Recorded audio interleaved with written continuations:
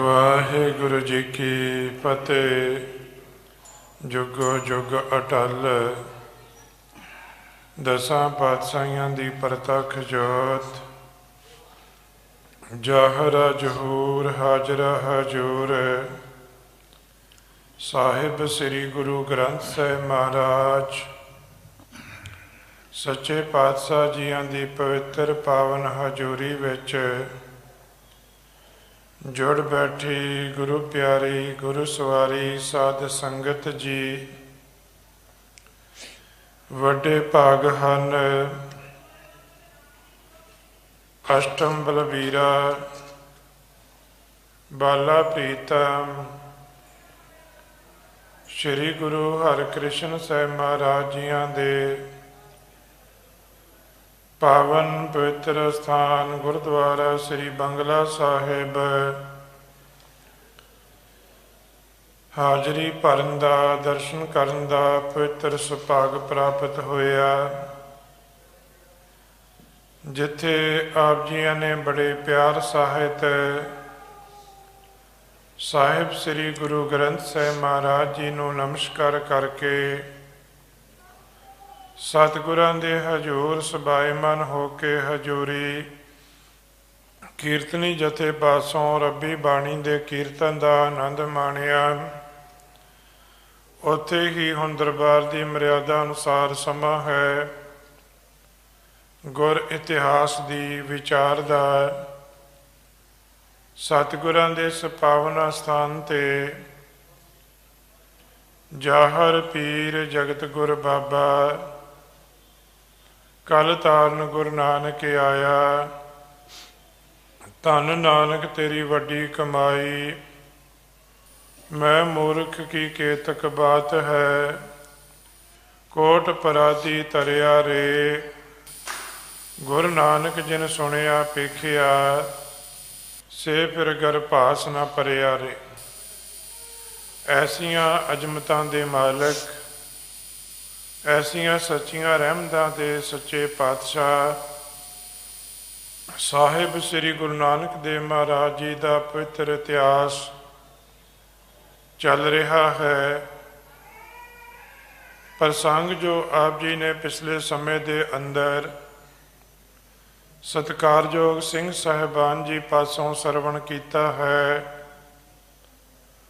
ਉਹ ਧੰਨ ਗੁਰੂ ਨਾਨਕ ਦੇਵ ਮਹਾਰਾਜ ਜੀ ਦੀ ਜੋ ਵਿਚਾਰ ਜੋਗੀਆਂ ਦੇ ਨਾਲ ਹੋਈ ਹੈ, ਸਿੱਧਾਂ ਦੇ ਨਾਲ ਹੋਈ ਹੈ, ਉਸ ਗੋਸ਼ਟ ਦਾ ਹੈ,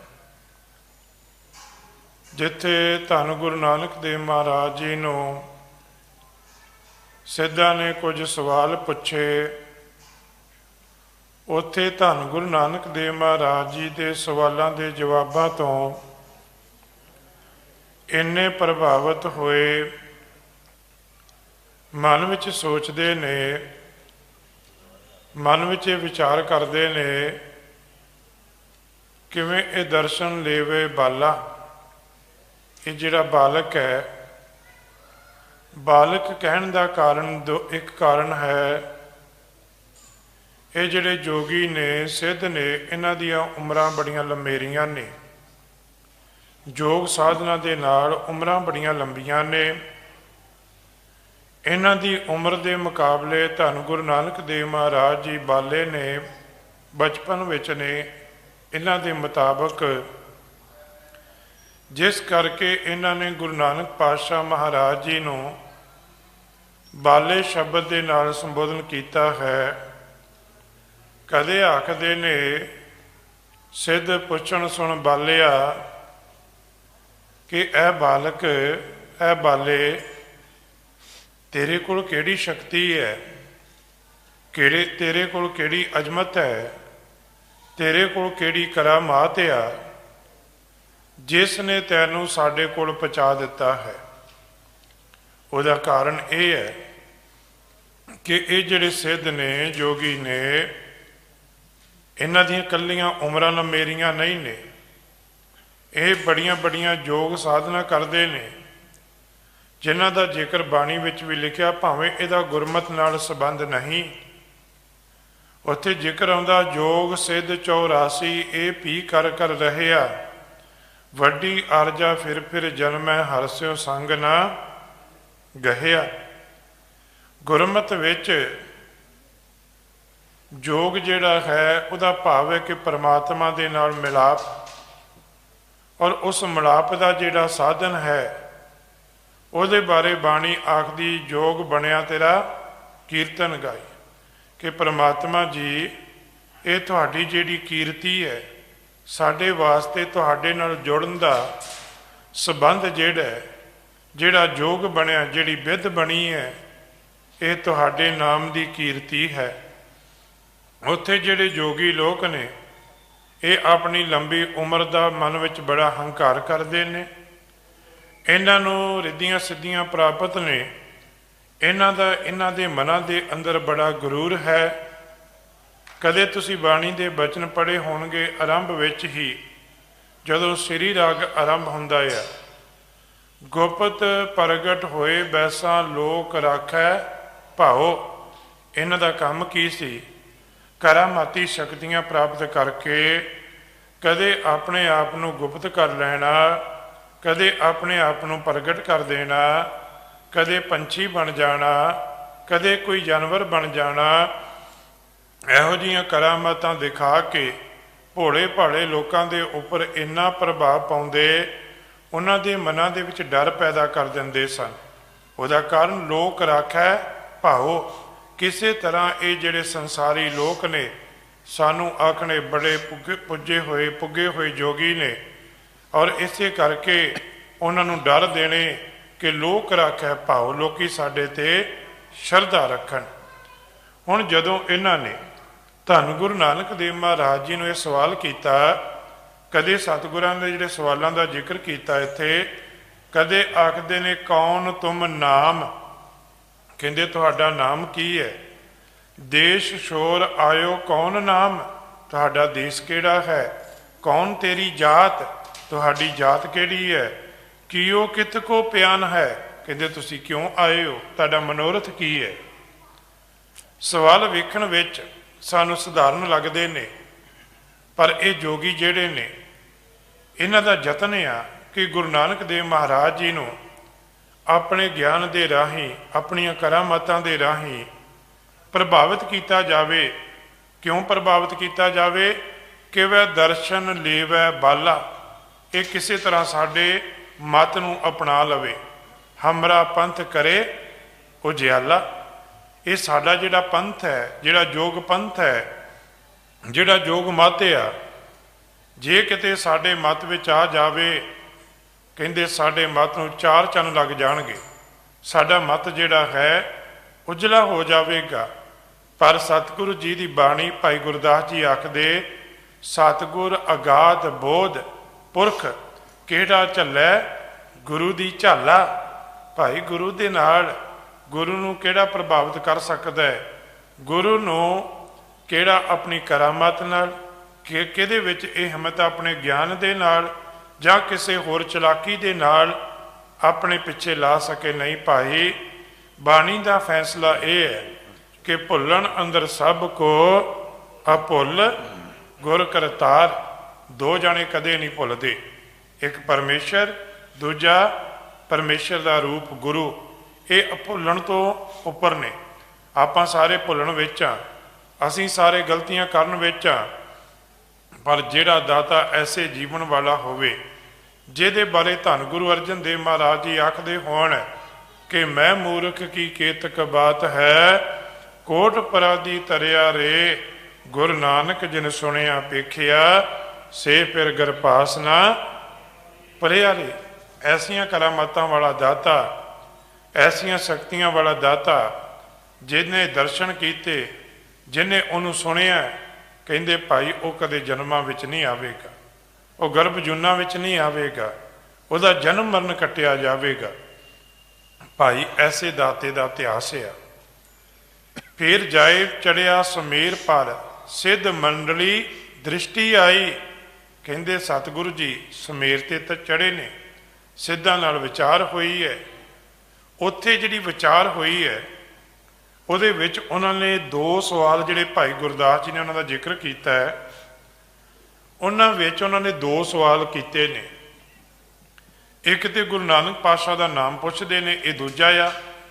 ਪਹਿਲਾ ਜਿਹੜਾ ਉਹਨਾਂ ਸਵਾਲ ਕੀਤਾ ਉਹ ਪੁੱਛਦੇ ਨੇ ਤੁਹਾਡੇ ਕੋਲ ਸ਼ਕਤੀ ਕਿਹੜੀ ਹੈ, ਕੌਣ ਸ਼ਕਤ ਹੈ ਜਿਹੜੀ ਤੁਹਾਨੂੰ ਇੱਥੇ ਲੈ ਆਈ ਹੈ, ਉਹਦਾ ਕਾਰਨ ਕੀ ਹੈ। ਪਰਬਤ ਬੜੇ ਉੱਚੇ ਸਨ, ਪਰਬਤਾਂ ਤੇ ਉੱਚੇ ਹੋਣ ਤੇ ਦੂਸਰੀ ਗੱਲ ਇਹ ਸੀ ਉਹਨਾਂ ਪਰਬਤਾਂ ਦੇ ਬਰਫ਼ ਪਈ ਰਹਿੰਦੀ ਸੀ, ਉਸ ਬਰਫ਼ ਦੇ ਉੱਤੇ ਇਹ ਲੋਕ ਰਹਿੰਦੇ ਸਨ, ਇਹ ਜੁਗਤੀਆਂ ਦੇ ਨਾਲ ਰਹਿੰਦੇ ਸਨ। ਇਹਨਾਂ ਨੂੰ ਇਹ ਸੀ ਕਿ ਜਿਹੜਾ ਸੰਸਾਰੀ ਹੈ ਉਹਦੇ ਕੋਲ ਇੰਨੀਆਂ ਜੁਗਤੀਆਂ ਨਹੀਂ, ਇੰਨੀਆਂ ਕਰਾਮਾਤਾਂ ਨਹੀਂ, ਉਹਦੇ ਕੋਲ ਇੰਨੀ ਲੰਬੀ ਉਮਰ ਨਹੀਂ, ਉਹ ਕਿਵੇਂ ਇੱਥੇ ਆ ਸਕਦਾ ਹੈ। ਉਹਨਾਂ ਨੇ ਸ਼ਕਤੀ ਪੁੱਛੀ ਹੈ। ਕਹਿੰਦੇ ਗੁਰੂ ਨਾਨਕ ਪਾਤਸ਼ਾਹ ਨੇ ਉੱਥੇ ਜਿਹੜਾ ਜਵਾਬ ਦਿੱਤਾ, ਜਿਹੜਾ ਉਹਨਾਂ ਨੂੰ ਉੱਤਰ ਦਿੱਤਾ ਹੈ, ਉਹਦਾ ਜ਼ਿਕਰ ਭਾਈ ਗੁਰਦਾਸ ਜੀ ਲਿਖਦੇ, ਹਉ ਜਪਿਆ ਪਰਮੇਸ਼ਰੋਂ ਭਾਉ ਭਗਤ ਸੰਗ ਤਾੜੀ ਲਾਈ। ਗੁਰੂ ਨਾਨਕ ਪਾਤਸ਼ਾਹ ਨੇ ਆਖਿਆ ਸਾਡੇ ਕੋਲ ਸ਼ਕਤੀ ਕਿਹੜੀ ਹੈ। ਕਹਿੰਦੇ ਅਸੀਂ ਪਰਮੇਸ਼ਰ ਨੂੰ ਆਰਾਧਿਆ ਹੈ। ਅੱਜ ਵੀ ਜਦੋਂ ਵੇਖਦੇ ਹਾਂ ਦੁਨੀਆ ਪਰਖਦੀ ਹੈ, ਕਦੇ ਹਕੂਮਤਾਂ ਪਰਖਦੀ ਹੈ ਕਿ ਇਹ ਕੀ ਕਰ ਸਕਦੇ ਨੇ, ਇਹਨਾਂ ਦੇ ਕੋਲ ਕਿਹੜੀ ਤਾਕਤ ਹੈ। ਪਰ ਭਾਈ ਗੁਰੂ ਦਾ ਸਿੱਖ, ਗੁਰੂ ਤੇ ਭਰੋਸੇ ਰੱਖਣ ਵਾਲੇ ਦੇ ਅੰਦਰ ਤਾਕਤ ਗੁਰੂ ਦੇ ਭਰੋਸੇ ਦੀ ਹੈ। ਉਹਦੇ ਅੰਦਰ ਤਾਕਤ ਜਿਹੜੀ ਹੈ ਪਰਮੇਸ਼ਰ ਦੇ ਨਾਮ ਦੀ ਹੈ। ਉਹਦੇ ਅੰਦਰ ਸ਼ਕਤੀ ਜਿਹੜੀ ਹੈ ਉਹ ਬਾਣੀ ਦੀ ਹੈ। ਜਿੱਥੇ ਬਾਣੀ ਦੀ ਸ਼ਕਤੀ ਆ ਜਾਵੇਗੀ ਉੱਥੇ ਭਾਵੇਂ ਪੱਥਰ ਦੀਆਂ ਦੀਵਾਰਾਂ ਹੋਣ, ਭਾਵੇਂ ਕਿਸੇ ਹੋਰ ਤਰ੍ਹਾਂ ਦੀਆਂ ਰੋਕਾਂ ਹੋਣ, ਉਹ ਕਦੇ ਉਹਨਾਂ ਦੇ ਰਸਤੇ ਵਿੱਚ ਰੁਕਾਵਟ ਨਹੀਂ ਬਣ ਸਕਦੀਆਂ। ਸਿੱਧਾ ਨੇ ਆਖਿਆ ਕਿ ਤੁਹਾਡੇ ਕੋਲ ਕਿਹੜੀ ਕਰਾਮਾਤ ਹੈ, ਤੁਸੀਂ ਇੱਥੇ ਆ ਕਿਵੇਂ ਗਏ।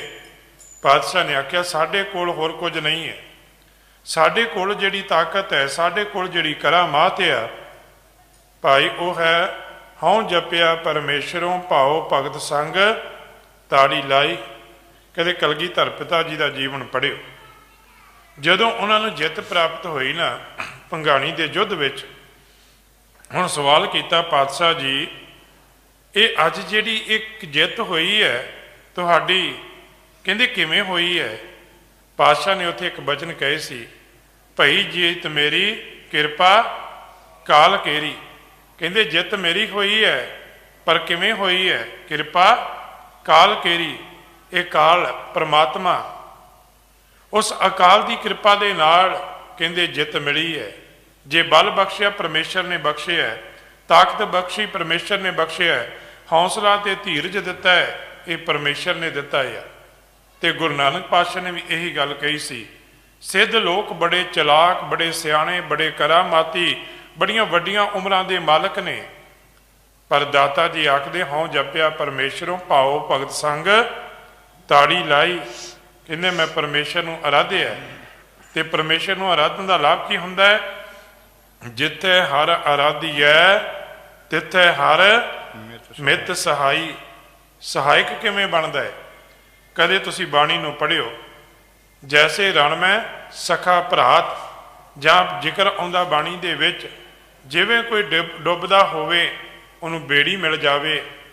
ਕਹਿੰਦੇ ਜਿਵੇਂ ਕੋਈ ਡੁੱਬਦੇ ਨੂੰ ਬੇੜੀ ਮਿਲ ਜਾਵੇ, ਦੀਵਾ ਬੁਝਦਾ ਹੋਵੇ ਤੇਲ ਤੋਂ ਬਿਨਾ ਉਹਦੇ ਵਿੱਚ ਤੇਲ ਪਾ ਦਿੱਤਾ ਜਾਵੇ, ਜਿਵੇਂ ਉਸ ਜਗਦੇ ਦੀਵੇ ਨੂੰ ਤੇਲ ਦਾ ਸਹਾਰਾ ਹੈ, ਡੁੱਬਦੇ ਨੂੰ ਬੇੜੀ ਦਾ ਸਹਾਰਾ ਆ। ਭਾਈ ਉਸੇ ਤਰ੍ਹਾਂ ਜਿਹੜੇ ਪਰਮੇਸ਼ਰ ਤੇ ਭਰੋਸਾ ਰੱਖਣ ਵਾਲੇ ਨੇ ਉਹਨਾਂ ਨੂੰ ਪਰਮੇਸ਼ਰ ਤੇ ਭਰੋਸਾ ਹੈ।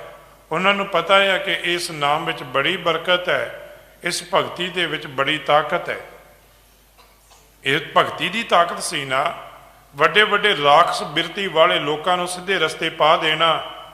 ਕੁਝ ਉਹ ਲੋਕ ਸਨ ਜਿਨ੍ਹਾਂ ਨੇ ਬਾਣੇ ਧਰਮ ਦੇ ਪਾਏ ਸਨ, ਪਰ ਕੁਝ ਉਹ ਲੋਕ ਸੀ ਜਿਨ੍ਹਾਂ ਨੇ ਜੀਵਨ ਰਾਖਸਾਂ ਵਾਲਾ ਧਾਰਨ ਕਰ ਲਿਆ, ਜਿਨ੍ਹਾਂ ਦੀ ਸੋਚ ਜਿਹੜੀ ਸੀ ਉਹ ਰਾਖਸਾਂ ਵਾਲੀ ਬਣ ਚੁੱਕੀ ਸੀ। ਉਹਨਾਂ ਨੇ ਹਰ ਹੀਲਾ ਵਰਤਿਆ, ਪਰ ਧੰਨ ਗੁਰੂ ਨਾਨਕ ਮਹਾਰਾਜ ਸੱਚੇ ਪਾਤਸ਼ਾਹ ਜੀ ਬਲਹਾਰੀ ਗੁਰ ਆਪਣੇ ਦਿਹਾੜੀ ਸਦਵਾਰ, ਜਿਨ ਮਾਨਸ ਤੇ ਦੇਵਤੇ ਕੀਏ ਕਰਤ ਨ ਲਾਗੀ ਵਾਰ। ਜਿਸ ਦਾਤੇ ਨੇ ਮਾਨਸਾਂ ਨੂੰ ਦੇਵਤੇ ਬਣਾ ਦਿੱਤਾ ਹੈ, ਉਸ ਦਾਤੇ ਦਾ ਇਤਿਹਾਸ ਆ ਜਿਹਦੇ ਵਿੱਚ ਧੰਨ ਗੁਰੂ ਨਾਨਕ ਦੇਵ ਮਹਾਰਾਜ ਜੀ ਨੂੰ ਸਿੱਧ ਕੁਝ ਸਵਾਲ ਪੁੱਛਦੇ ਨੇ। ਆਓ ਬਾਣੀ ਦੇ ਆਧਾਰ ਤੇ ਆਪਾਂ ਇਸ ਇਤਿਹਾਸ ਦੀ ਵਿਚਾਰ ਸਾਂਝੀ ਕਰਨੀ ਹੈ। ਆਪਣੀਆਂ ਮਨ ਬਿਰਤੀਆਂ ਨੂੰ ਧੰਨ ਗੁਰੂ ਹਰਿਕ੍ਰਿਸ਼ਨ ਸਾਹਿਬ ਮਹਾਰਾਜ ਜੀ ਦੇ ਦਰ ਤੇ ਇਕਾਗਰ ਕਰਕੇ ਇਹ ਜਾਹਰ ਪੀਰ ਜਗਤ ਗੁਰ ਬਾਬੇ ਦਾ ਇਤਿਹਾਸ ਸਰਵਣ ਕਰੀਏ, ਤਾਂ ਕਿ ਕਿਤੇ ਸਾਡੇ ਤੇ ਵੀ ਇਹ ਕਰਾਮਾਤ ਵਰਤ ਜਾਵੇ ਕਿ ਜਿਨ ਮਾਨਸ ਤੇ ਦੇਵਤੇ ਕੀ ਇਹ ਕਰਤ ਨਾ ਲਾਗੀ। ਵਾਰਕ ਦੇ ਦਾਤਾ ਸਾਨੂੰ ਵੀ ਇਹ ਦੇਵਤੇ ਬਣਾ ਦੇਵੇ। ਕਿਤੇ ਉਹ ਲੋਕ ਜਿਹੜੇ ਨੇ ਇਹਨਾਂ ਦੇਵਤਿਆਂ ਤੋਂ ਪੈ ਖਾਂਦੇ ਨੇ ਉਹਨਾਂ ਨੂੰ ਵੀ ਸਮਝ ਆ ਜਾਵੇ। ਆਓ ਇੱਕ ਵਾਰ ਉਚਾਰਨ ਕਰੀਏ, ਸਤਨਾਮ ਸ਼੍ਰੀ ਵਾਹਿਗੁਰੂ ਜੀ। रूप अचरज हम जात ते अजात पए, देश जान सो जह ससी नह पान को। ਇੱਥੇ ਜੋ ਸਿੱਧਾਂ ਨੇ ਸਵਾਲ ਕੀਤਾ ਆ, ਸਿੱਧ ਮੰਡਲੀ ਦ੍ਰਿਸ਼ਟੀ ਆਈ, 84 ਸਿੱਧ ਗੋਰਖਾਦ ਮਨ ਵਿੱਚ ਗਣਤ ਵਰਤਾਈ।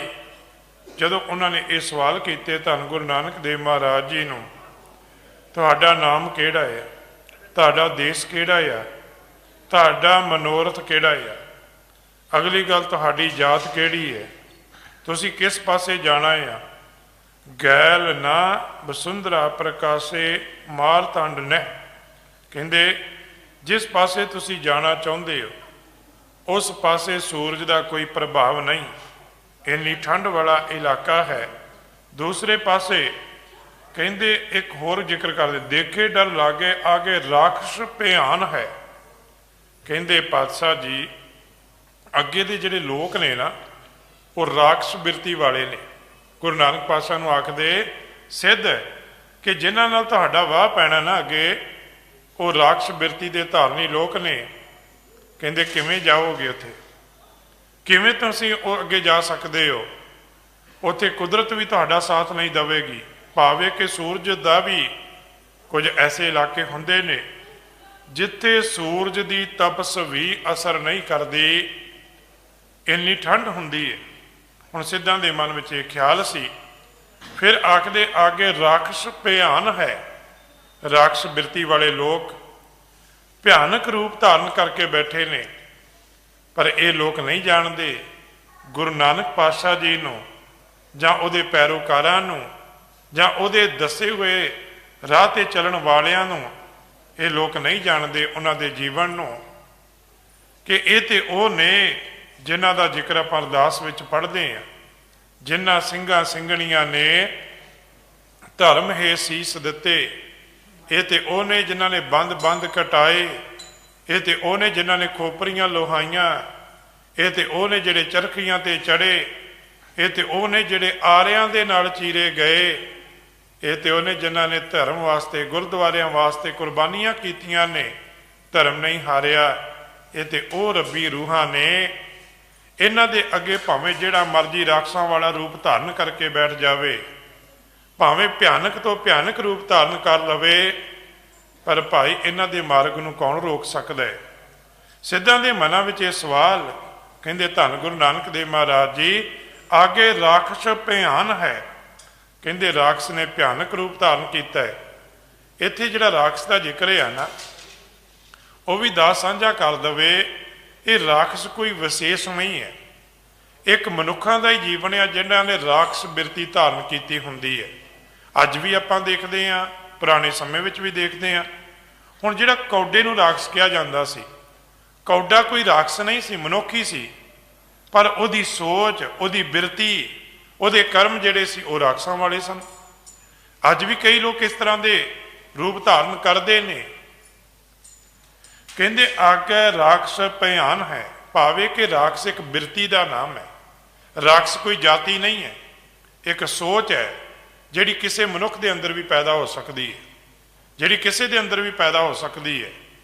ਕਦੇ ਹਰਨਾਕਸ਼ ਵਰਗੇ ਦੇ ਅੰਦਰ ਪੈਦਾ ਹੁੰਦੀ ਹੈ, ਕਦੇ ਕੌਡੇ ਭੀਲ ਦੇ ਅੰਦਰ ਪੈਦਾ ਹੁੰਦੀ ਹੈ।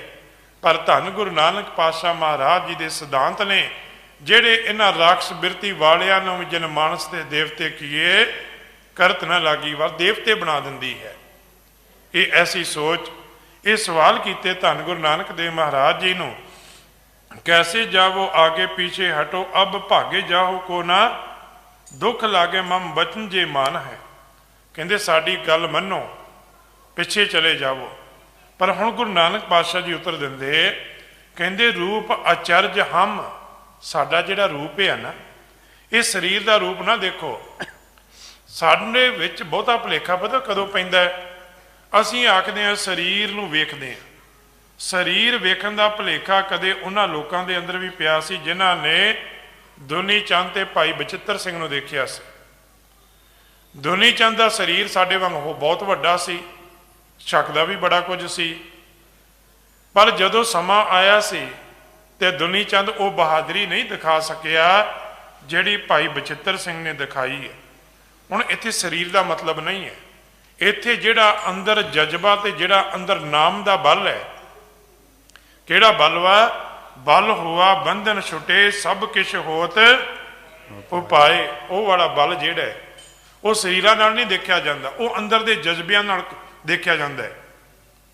वो बल भाई बचिੱਤਰ ਸਿੰਘ ਦੇ ਵਿੱਚ ਸੀ जिन्हें वड्डे वड्डे हाथी के उपर बधे हुए तवियां नूं चीर दिता है। भाई ये बल जिहड़ा है ना गुरु नानक पातशाह जी कहन लगे तुसीं साडा शरीर देख के कह रहे, कहते रूप अचरज हम साडा जिहड़ा रूप है ना कहते ये अचरज आ। कहते ये अचरज कैसा आ जात ते अजात पे। कहते दुनिया जातां लिखाउंदी है पर असी जातां दे विचों अजात पे, साडी कोई जात ही नहीं है।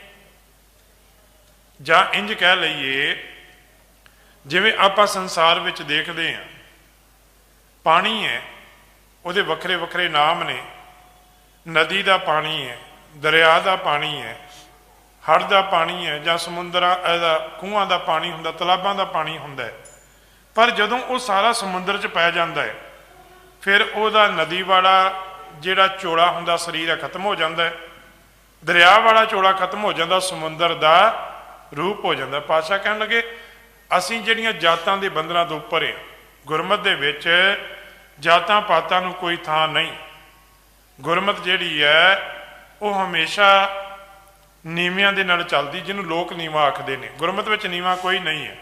गुरमत का सिद्धांत यह है कि अवल अल्लाह नूरू पाया कुदरत के सब बंदे एक नूर ते सब जग उपजिया कौन भले को मंदे। गुरमत का सिद्धांत यह है कि मानस की जात सब है एक है पहचान बो।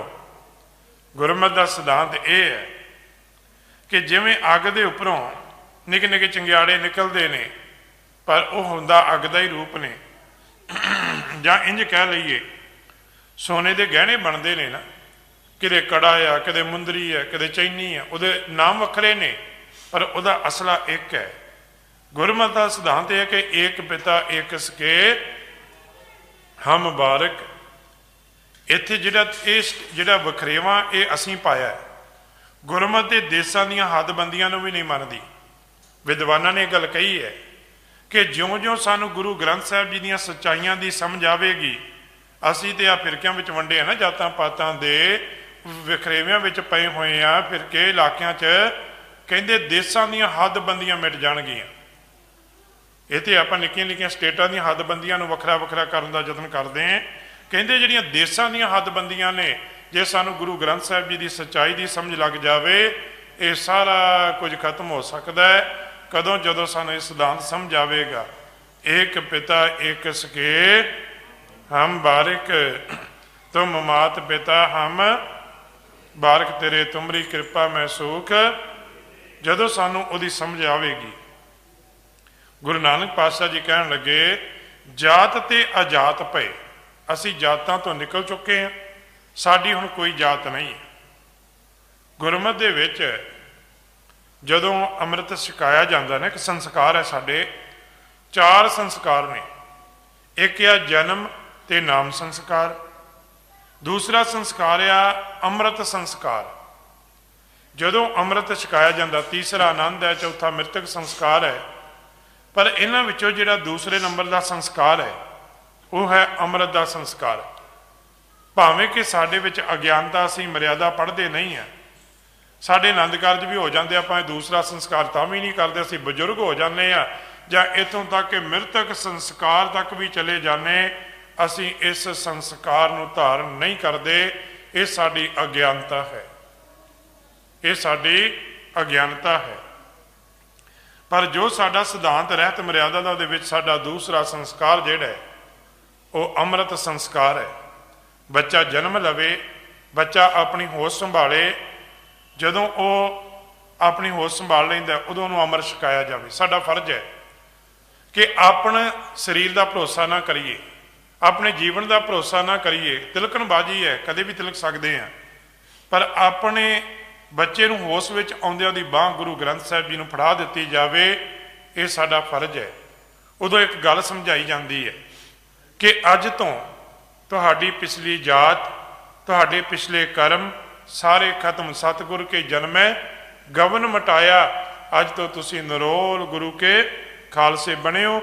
ਆਪਣੀ ਪਛਾਣ ਦੇ ਨਾਲ ਜਾਤ ਪਾਤ ਨਹੀਂ ਲਾਉਣੀ, ਆਪਣੇ ਤੁਹਾਡੇ ਪਛਾਣ ਵਾਸਤੇ ਤੁਹਾਡੇ ਗੁਣਾਂ ਕਰਕੇ ਹੋਣੀ ਚਾਹੀਦੀ ਹੈ। ਸਾਡੀ ਜਿਹੜੀ ਪਛਾਣ ਆ ਨਾ, ਕਿਸੇ ਜਾਤ ਕਰਕੇ, ਦੇਸ਼ ਕਰਕੇ ਨਹੀਂ ਹੋਣੀ ਚਾਹੀਦੀ, ਸਗੋਂ ਸਾਡੇ ਗੁਣਾਂ ਕਰਕੇ ਹੋਣੀ ਚਾਹੀਦੀ ਹੈ, ਸਾਡੇ ਸ਼ੁਭ ਕਰਮਾਂ ਕਰਕੇ ਹੋਣੀ ਚਾਹੀਦੀ ਹੈ। ਕਲਗੀਧਰ ਪਿਤਾ ਜੀ ਦੇ ਤੁਸੀਂ ਬਚਨ ਪੜ੍ਹਦੇ ਹੋ ਨਾ, ਦੇ ਸਿਵਾ ਬਰ ਮੋਹੇ ਇਹ ਸ਼ੁਭ ਕਰਮਨ ਤੇ ਕਬ ਹੂੰ ਨਾ ਟਰੋ। ਭਾਈ ਚੰਗੇ ਕਰਮਾਂ ਤੋਂ ਕਦੇ ਪਿੱਛੇ ਨਹੀਂ ਹੋਣਾ ਚਾਹੀਦਾ। ਗੁਰੂ ਸਾਹਿਬ ਜੀ ਦੀ ਬਾਣੀ ਆਖਦੀ, ਤੁਹਾਡੇ ਭੈਣ ਭਰਾ ਕਿਹੜੇ ਨੇ? ਦੇ ਗੁਣਾ 7 ਭੈਣ ਭਰਾਵ ਹੈ, ਪਾ ਰੰਗਤ ਦਾਨ ਪ੍ਰੀਵ ਦੇ। ਸਾਡੇ ਅਸਲੀ ਮਿੱਤਰ, ਸਾਡੇ ਅਸਲੀ ਭੈਣ ਭਰਾ ਸਾਡੇ ਗੁਣ ਨੇ, ਜਿਹੜੇ ਸਾਡੇ ਵਿੱਚ ਹੋਣੇ ਚਾਹੀਦੇ ਨੇ। ਭਾਈ ਆਪਣੇ ਵਿੱਚ ਗੁਣ ਪੈਦਾ ਕਰਨੇ ਚਾਹੀਦੇ ਨੇ। ਇਸੇ ਤਰ੍ਹਾਂ ਸਤਿਗੁਰੂ ਜੀ ਆਖਦੇ, ਜਾਤ ਤੇ ਅਜਾਤ ਪਏ। ਅਸੀਂ ਜਾਤਾਂ ਤੋਂ ਉੱਪਰ ਉੱਠ ਗਏ ਹਾਂ, ਅਸੀਂ ਫਿਰਕਿਆਂ ਤੋਂ ਉੱਪਰ ਉੱਠ ਗਏ ਹਾਂ। ਕਿਉਂਕਿ ਜਦੋਂ ਗੁਰੂ ਨਾਨਕ ਪਾਤਸ਼ਾਹ ਨੇ ਦੇਖਿਆ ਸੀ ਨਾ, ਬਾਬੇ ਦੇਖਿਆ ਧਿਆਨ ਧਰ ਜਲਤੀ ਸਭ ਪ੍ਰਿਥਵੀ ਦਿਸਿਆਈ, ਕਿਸ ਕਾਰਨ ਜਲ ਰਹੀ ਸੀ?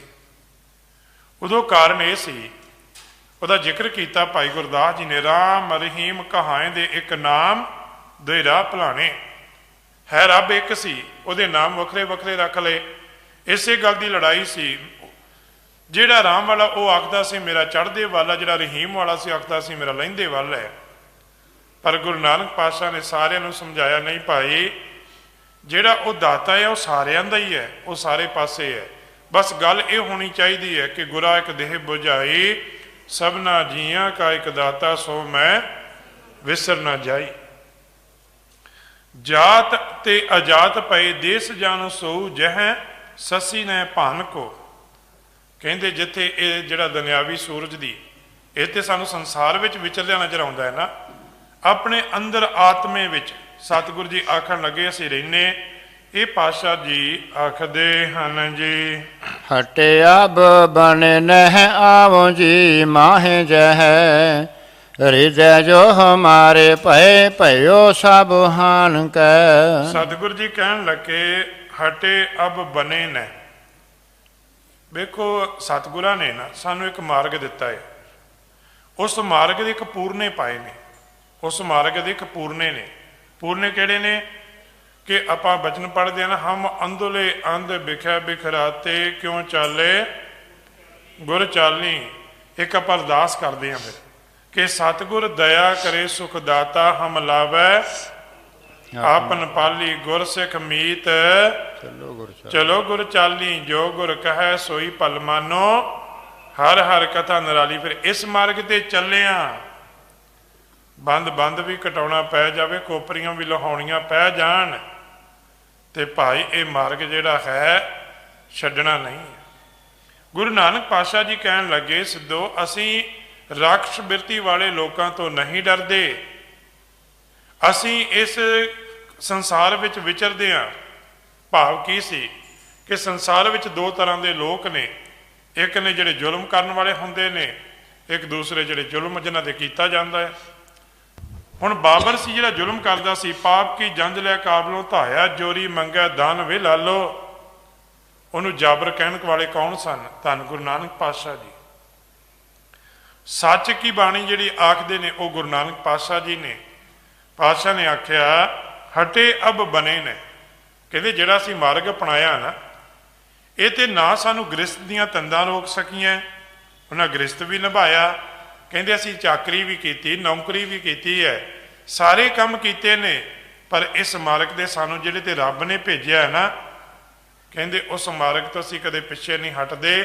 ਭਾਵੇਂ ਗੁਰੂ ਨਾਨਕ ਪਾਤਸ਼ਾਹ ਜੀ ਨੂੰ ਜੇਲ੍ਹ ਵਿੱਚ ਕੈਦ ਵੀ ਹੋਣਾ ਪਿਆ, ਪਰ ਉਹਨਾਂ ਨੇ ਆਪਣੇ ਮਾਰਗ ਤੋਂ ਪਿੱਛੇ ਨਹੀਂ ਹਟੇ, ਆਪਣੇ ਅਕੀਦੇ ਤੋਂ ਪਿੱਛੇ ਨਹੀਂ ਹਟੇ। ਜਾਵੋ ਜੀ ਮਾਹੇ ਜਹੈ ਰਿਦੇ ਸੋ ਹਮਾਰੇ, ਕਹਿੰਦੇ ਅਸੀਂ ਉਹ ਕਰਾਂਗੇ ਜੋ ਸਾਡੇ ਅੰਦਰ ਰੱਬ ਸਾਨੂੰ ਪ੍ਰੇਰਦਾ ਹੈ, ਜਿੱਥੇ ਰੱਬ ਸਾਨੂੰ ਤੋਰਦਾ ਹੈ। ਜਿਵ ਜਿਵ ਹੁਕਮ ਤਿਵੈ ਤਿਵ ਕਾਰ। ਸਾਡੇ ਵਾਸਤੇ ਸਿਧਾਂਤ ਇਹ ਹੈ ਕਿ ਹੁਕਮ ਰਜਾਈ ਚੱਲਣਾ, ਨਾਨਕ ਲਿਖਿਆ ਨਾਲ। ਕਿਵ ਸਚਿਆਰਾ ਹੋਈ ਹੈ, ਕਿਵ ਕੂੜਾ ਟੁੱਟਾ ਹੈ। ਪਾਲ ਦਾ ਅਰਥ ਹੈ ਦੀਵਾਰਾਂ, ਕੰਧਾਂ ਕਿਵੇਂ ਟੁੱਟਣ, ਕਹਿੰਦੇ ਉਸ ਦੀ ਰਜਾ ਵਿੱਚ ਚੱਲੇ ਆ।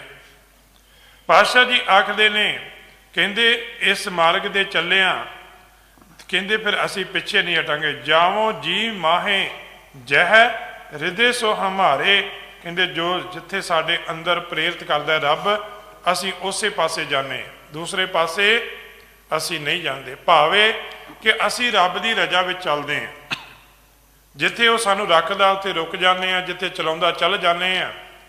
ਕਹਿੰਦੇ ਅਸੀਂ ਰੱਬ ਦੀ ਰਜਾ ਵਿੱਚ ਚੱਲਣ ਵਾਲੇ ਹਾਂ, ਰੱਬ ਦੇ ਹੁਕਮ ਵਿੱਚ ਚੱਲਣ ਵਾਲੇ ਹਾਂ। ਇਸੇ ਤਰ੍ਹਾਂ ਕਹਿੰਦੇ ਸਤਿਗੁਰੂ ਜੀ ਆਖਦੇ ਭੈ ਭਇਓ ਸਭ ਹਾਨ ਕੋ। ਹੁਣ ਭੈ ਦਾ ਅਰਥ ਕੀ ਹੈ? ਡਰ। ਭਇਓ ਸਭ ਹਾਨ ਕੋ, ਕਹਿੰਦੇ ਅਸੀਂ ਸਾਰੇ ਡਰ ਦੂਰ ਕਰ ਦਿੱਤੇ ਨੇ, ਸਾਡੇ ਅੰਦਰ ਹੁਣ ਕਿਸੇ ਦਾ ਡਰ ਨਹੀਂ ਰਿਹਾ। ਡਰ ਰਿਹਾ ਤੇ ਇੱਕ ਪਰਮੇਸ਼ਰ ਦਾ ਨਿਰਮਲ ਭਉ ਦਾ, ਪਰਮੇਸ਼ਰ ਦਾ, ਗੁਰੂ ਦਾ ਡਰ ਹੈ। ਕਿਸੇ ਮਨੁੱਖ ਦੀ ਅਸੀਂ ਕਾਣ ਨਹੀਂ ਕੱਢਦੇ, ਕਿਸੇ ਦੀ ਅਸੀਂ ਪਰਵਾਹ ਨਹੀਂ ਕਰਦੇ। ਆਪਣੇ ਗੁਰ ਪ੍ਰਸਾਦੇ ਭਾਵੇਂ ਸਾਨੂੰ ਕੋਈ ਵੀ ਕੁਰਬਾਨੀ ਕਰਨੀ ਪੈ ਜਾਵੇ, ਸਤਿਗੁਰੂ ਜੀ ਆਖਦੇ ਹੁਣ ਅਸੀਂ ਇਹਨਾਂ ਡਰਾਂ ਤੋਂ, ਭਾਵੇਂ ਕੋਈ ਰਾਖਸ਼ ਬਿਰਤੀ ਵਾਲਾ ਹੋਵੇ, ਭਾਵੇਂ ਕੋਈ ਕੁਦਰਤੀ ਆਫਤਾਂ ਆ ਜਾਣ, ਅਸੀਂ ਇਹਨਾਂ ਤੋਂ ਨਹੀਂ ਡਰਦੇ। ਭਾਈ ਇਹ ਭਰੋਸਾ ਆਪਣੇ ਅੰਦਰ ਹੋਣਾ ਚਾਹੀਦਾ। ਇਹ ਨਹੀਂ ਕਿ ਦੁੱਖ ਜਿਹੜੇ ਨੇ ਧਰਮੀ ਪੁਰਸ਼ਾਂ ਨੂੰ ਆਉਂਦੇ ਨਹੀਂ ਨੇ, ਆਉਂਦੇ ਨੇ, ਪਰ ਇਹਨਾਂ ਨੂੰ ਆਪ ਵਿੱਚ ਆ ਕੇ ਇਹਨੂੰ ਵੀ ਰੱਬ ਦੀ ਰਜਾ ਸਮਝ ਲੈਂਦੇ ਨੇ। ਇਹਨਾਂ ਦੁੱਖਾਂ ਨੂੰ ਵੀ ਉਹ ਰੱਬ ਦੀ ਇੱਕ ਦਾਤ ਸਮਝਦੇ ਨੇ। ਸੁਣਿਆ ਦੁੱਖ ਭੂਖ ਸਦ ਮਾਰ, ਇਹ ਪੈਦਾ ਤੇਰੀ ਦਾਤਾਰ। ਆਪਾਂ ਦੇ ਗੱਡੀਆਂ ਕਾਰਾਂ ਨੂੰ ਦਾਤਾਂ ਕਹਿੰਦੇ ਆ ਨਾ, ਗੱਡੀਆਂ ਤੇ ਲਿਖਾ ਕੇ, ਪਰ ਕਹਿੰਦੇ ਉਹ ਰੱਬ ਦੇ ਪਿਆਰੇ ਜਿਹੜੇ ਨੇ ਨਾ, ਉਹ ਇਹਨਾਂ ਦੁੱਖਾਂ ਨੂੰ, ਇਹਨਾਂ ਮੁਸ਼ਕਲਾਂ ਨੂੰ, ਇਹਨਾਂ ਸੰਕਟਾਂ ਨੂੰ, ਇਹਨਾਂ ਵਿਪਤਾਵਾਂ ਨੂੰ ਵੀ ਰੱਬ ਦੀ ਦਾਤ ਸਮਝ ਕੇ ਵਿਚਰ ਜਾਂਦੇ ਨੇ, ਆਪਣੀ ਮੰਜ਼ਿਲ ਤੇ ਪਹੁੰਚਦੇ ਨੇ। ਭੈ ਭਇਓ ਸਭ ਹਾਨ ਕੋ, ਕਹਿੰਦੇ ਜਿੰਨੇ ਭੈ ਨੇ, ਜਿੰਨੇ ਡਰ ਨੇ, ਅਸੀਂ ਸਾਰੇ ਖਤਮ ਕਰ ਦਿੱਤੇ। ਭੈ ਕਾਦੇ ਨੇ? ਔਗੁਣਾਂ ਦੇ, ਪਾਪਾਂ ਦੇ, ਸਭ ਖਤਮ ਕਰ ਦਿੱਤੇ। ਇਹ ਸਤਿਗੁਰੂ ਜੀ ਆਖਦੇ ਹਨ ਜੀ। ਦੁੱਖ ਸੁਖ ਜਾਨ ਸਮ ਆਏ ਇਹ ਥਾਨ ਚੱਲ, ਗੁਰੂ ਏਕੰਕਾਰ ਜਾਂ ਕੇ ਨਹੀਂ ਹੈ ਸਮਾਨ ਕੋ। ਦੁੱਖ ਸੁਖ ਜਾਨ ਸਮ, ਹੁਣ ਉਹ ਡੋਲਦੇ ਕਿਉਂ ਨਹੀਂ ਨੇ? ਜਿਹੜੇ ਰੱਬ ਦੇ ਰਾਹ ਤੇ ਚੱਲਦੇ ਨੇ ਨਾ, ਦੁਨੀਆ ਉਹਨਾਂ ਦੇ ਅੱਗੇ ਦੁੱਖ ਪੈਦਾ ਕਰਦੀ, ਮੁਸੀਬਤਾਂ ਖੜੀਆਂ ਕਰਦੀ, ਉਹਨਾਂ ਦੇ ਅੱਗੇ ਮੁਸ਼ਕਲਾਂ ਦੇ ਤੂਫਾਨ ਖੜੇ ਕਰ ਦਿੰਦੀ ਹੈ, ਰੁਕਦੇ ਕਿਉਂ ਨਹੀਂ ਨੇ? ਉਹਦਾ ਕਾਰਨ ਇਹ ਹੈ, ਜੋ ਨਰ ਦੁੱਖ ਮੈਂ ਦੁੱਖ ਨਹੀਂ ਮਾਨੈ, ਸੁਖ ਸੁਨੇਹ ਅਰ ਭੈ ਨਹੀਂ ਜਾਕੈ, ਕੰਚਨ ਮਾਟੀ। ਉਹਨਾਂ ਦਾ ਜੀਵਨ ਇਹ ਵਾਲਾ ਹੁੰਦਾ ਹੈ। ਉਹਨਾਂ ਦਾ ਜੀਵਨ ਉਹ ਗੁਰੂ ਤੇਗ ਬਹਾਦਰ ਮਹਾਰਾਜ ਜੀ ਦੇ ਬਚਨਾਂ ਵਾਲਾ ਹੁੰਦਾ ਹੈ। ਉਸਤਤ ਨਿੰਦਾ ਦੋ ਤਿਆਗੈ ਖੋਜੈ ਪਦ, ਨਿਰਬਾਨਾ ਵਾਲੀ ਅਵਸਥਾ ਵਿੱਚ ਚੱਲਦੇ ਨੇ। ਉਹਨਾਂ ਨੂੰ ਭਾਵੇਂ ਕੋਈ ਬੁਰਾ ਕਹਿ ਲੋ, ਭਲਾ ਕਹਿ ਲੋ, ਉਹਨਾਂ ਤੇ ਕੋਈ ਅਸਰ ਨਹੀਂ ਕਰਦਾ। ਕਹਿੰਦੇ ਦੁੱਖ ਸੁਖ ਜਾਨ ਸਮ।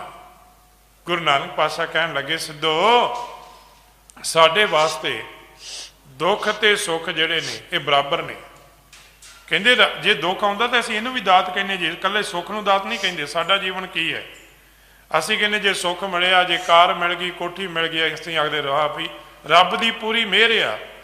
ਪਰ ਜੇ ਦੁੱਖ ਮਿਲਿਆ, ਆਖਦੇ ਰੱਬ ਦੀ ਬੜੀ ਵੱਡੀ ਕਰੋਪੀ ਹੈ। ਸਾਡਾ ਜੀਵਨ ਇਹ ਹੈ, ਪਰ ਰੱਬ ਦੇ ਪਿਆਰਿਆਂ ਦਾ ਜੀਵਨ ਇਹ ਨਹੀਂ ਹੈ।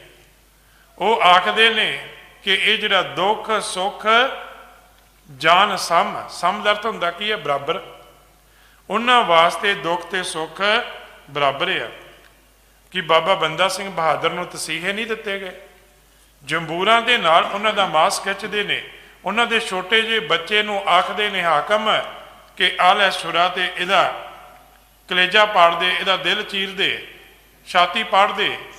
ਉਹ ਕਹਿੰਦਾ ਓਏ ਬੁੱਝ ਦਿਲੋ, ਇਹ ਤੇ ਮੇਰਾ ਆਪਣਾ ਬੱਚਾ ਹੈ, ਕਿਤੇ ਮੇਰੀ ਗੋਦ ਵਿੱਚ ਤੁਹਾਡਾ ਬੱਚਾ ਵੀ ਹੋਵੇ ਮੈਂ ਤੇ ਉਹਨੂੰ ਵੀ ਲਾਡ ਲਡਾਵਾਂਗਾ।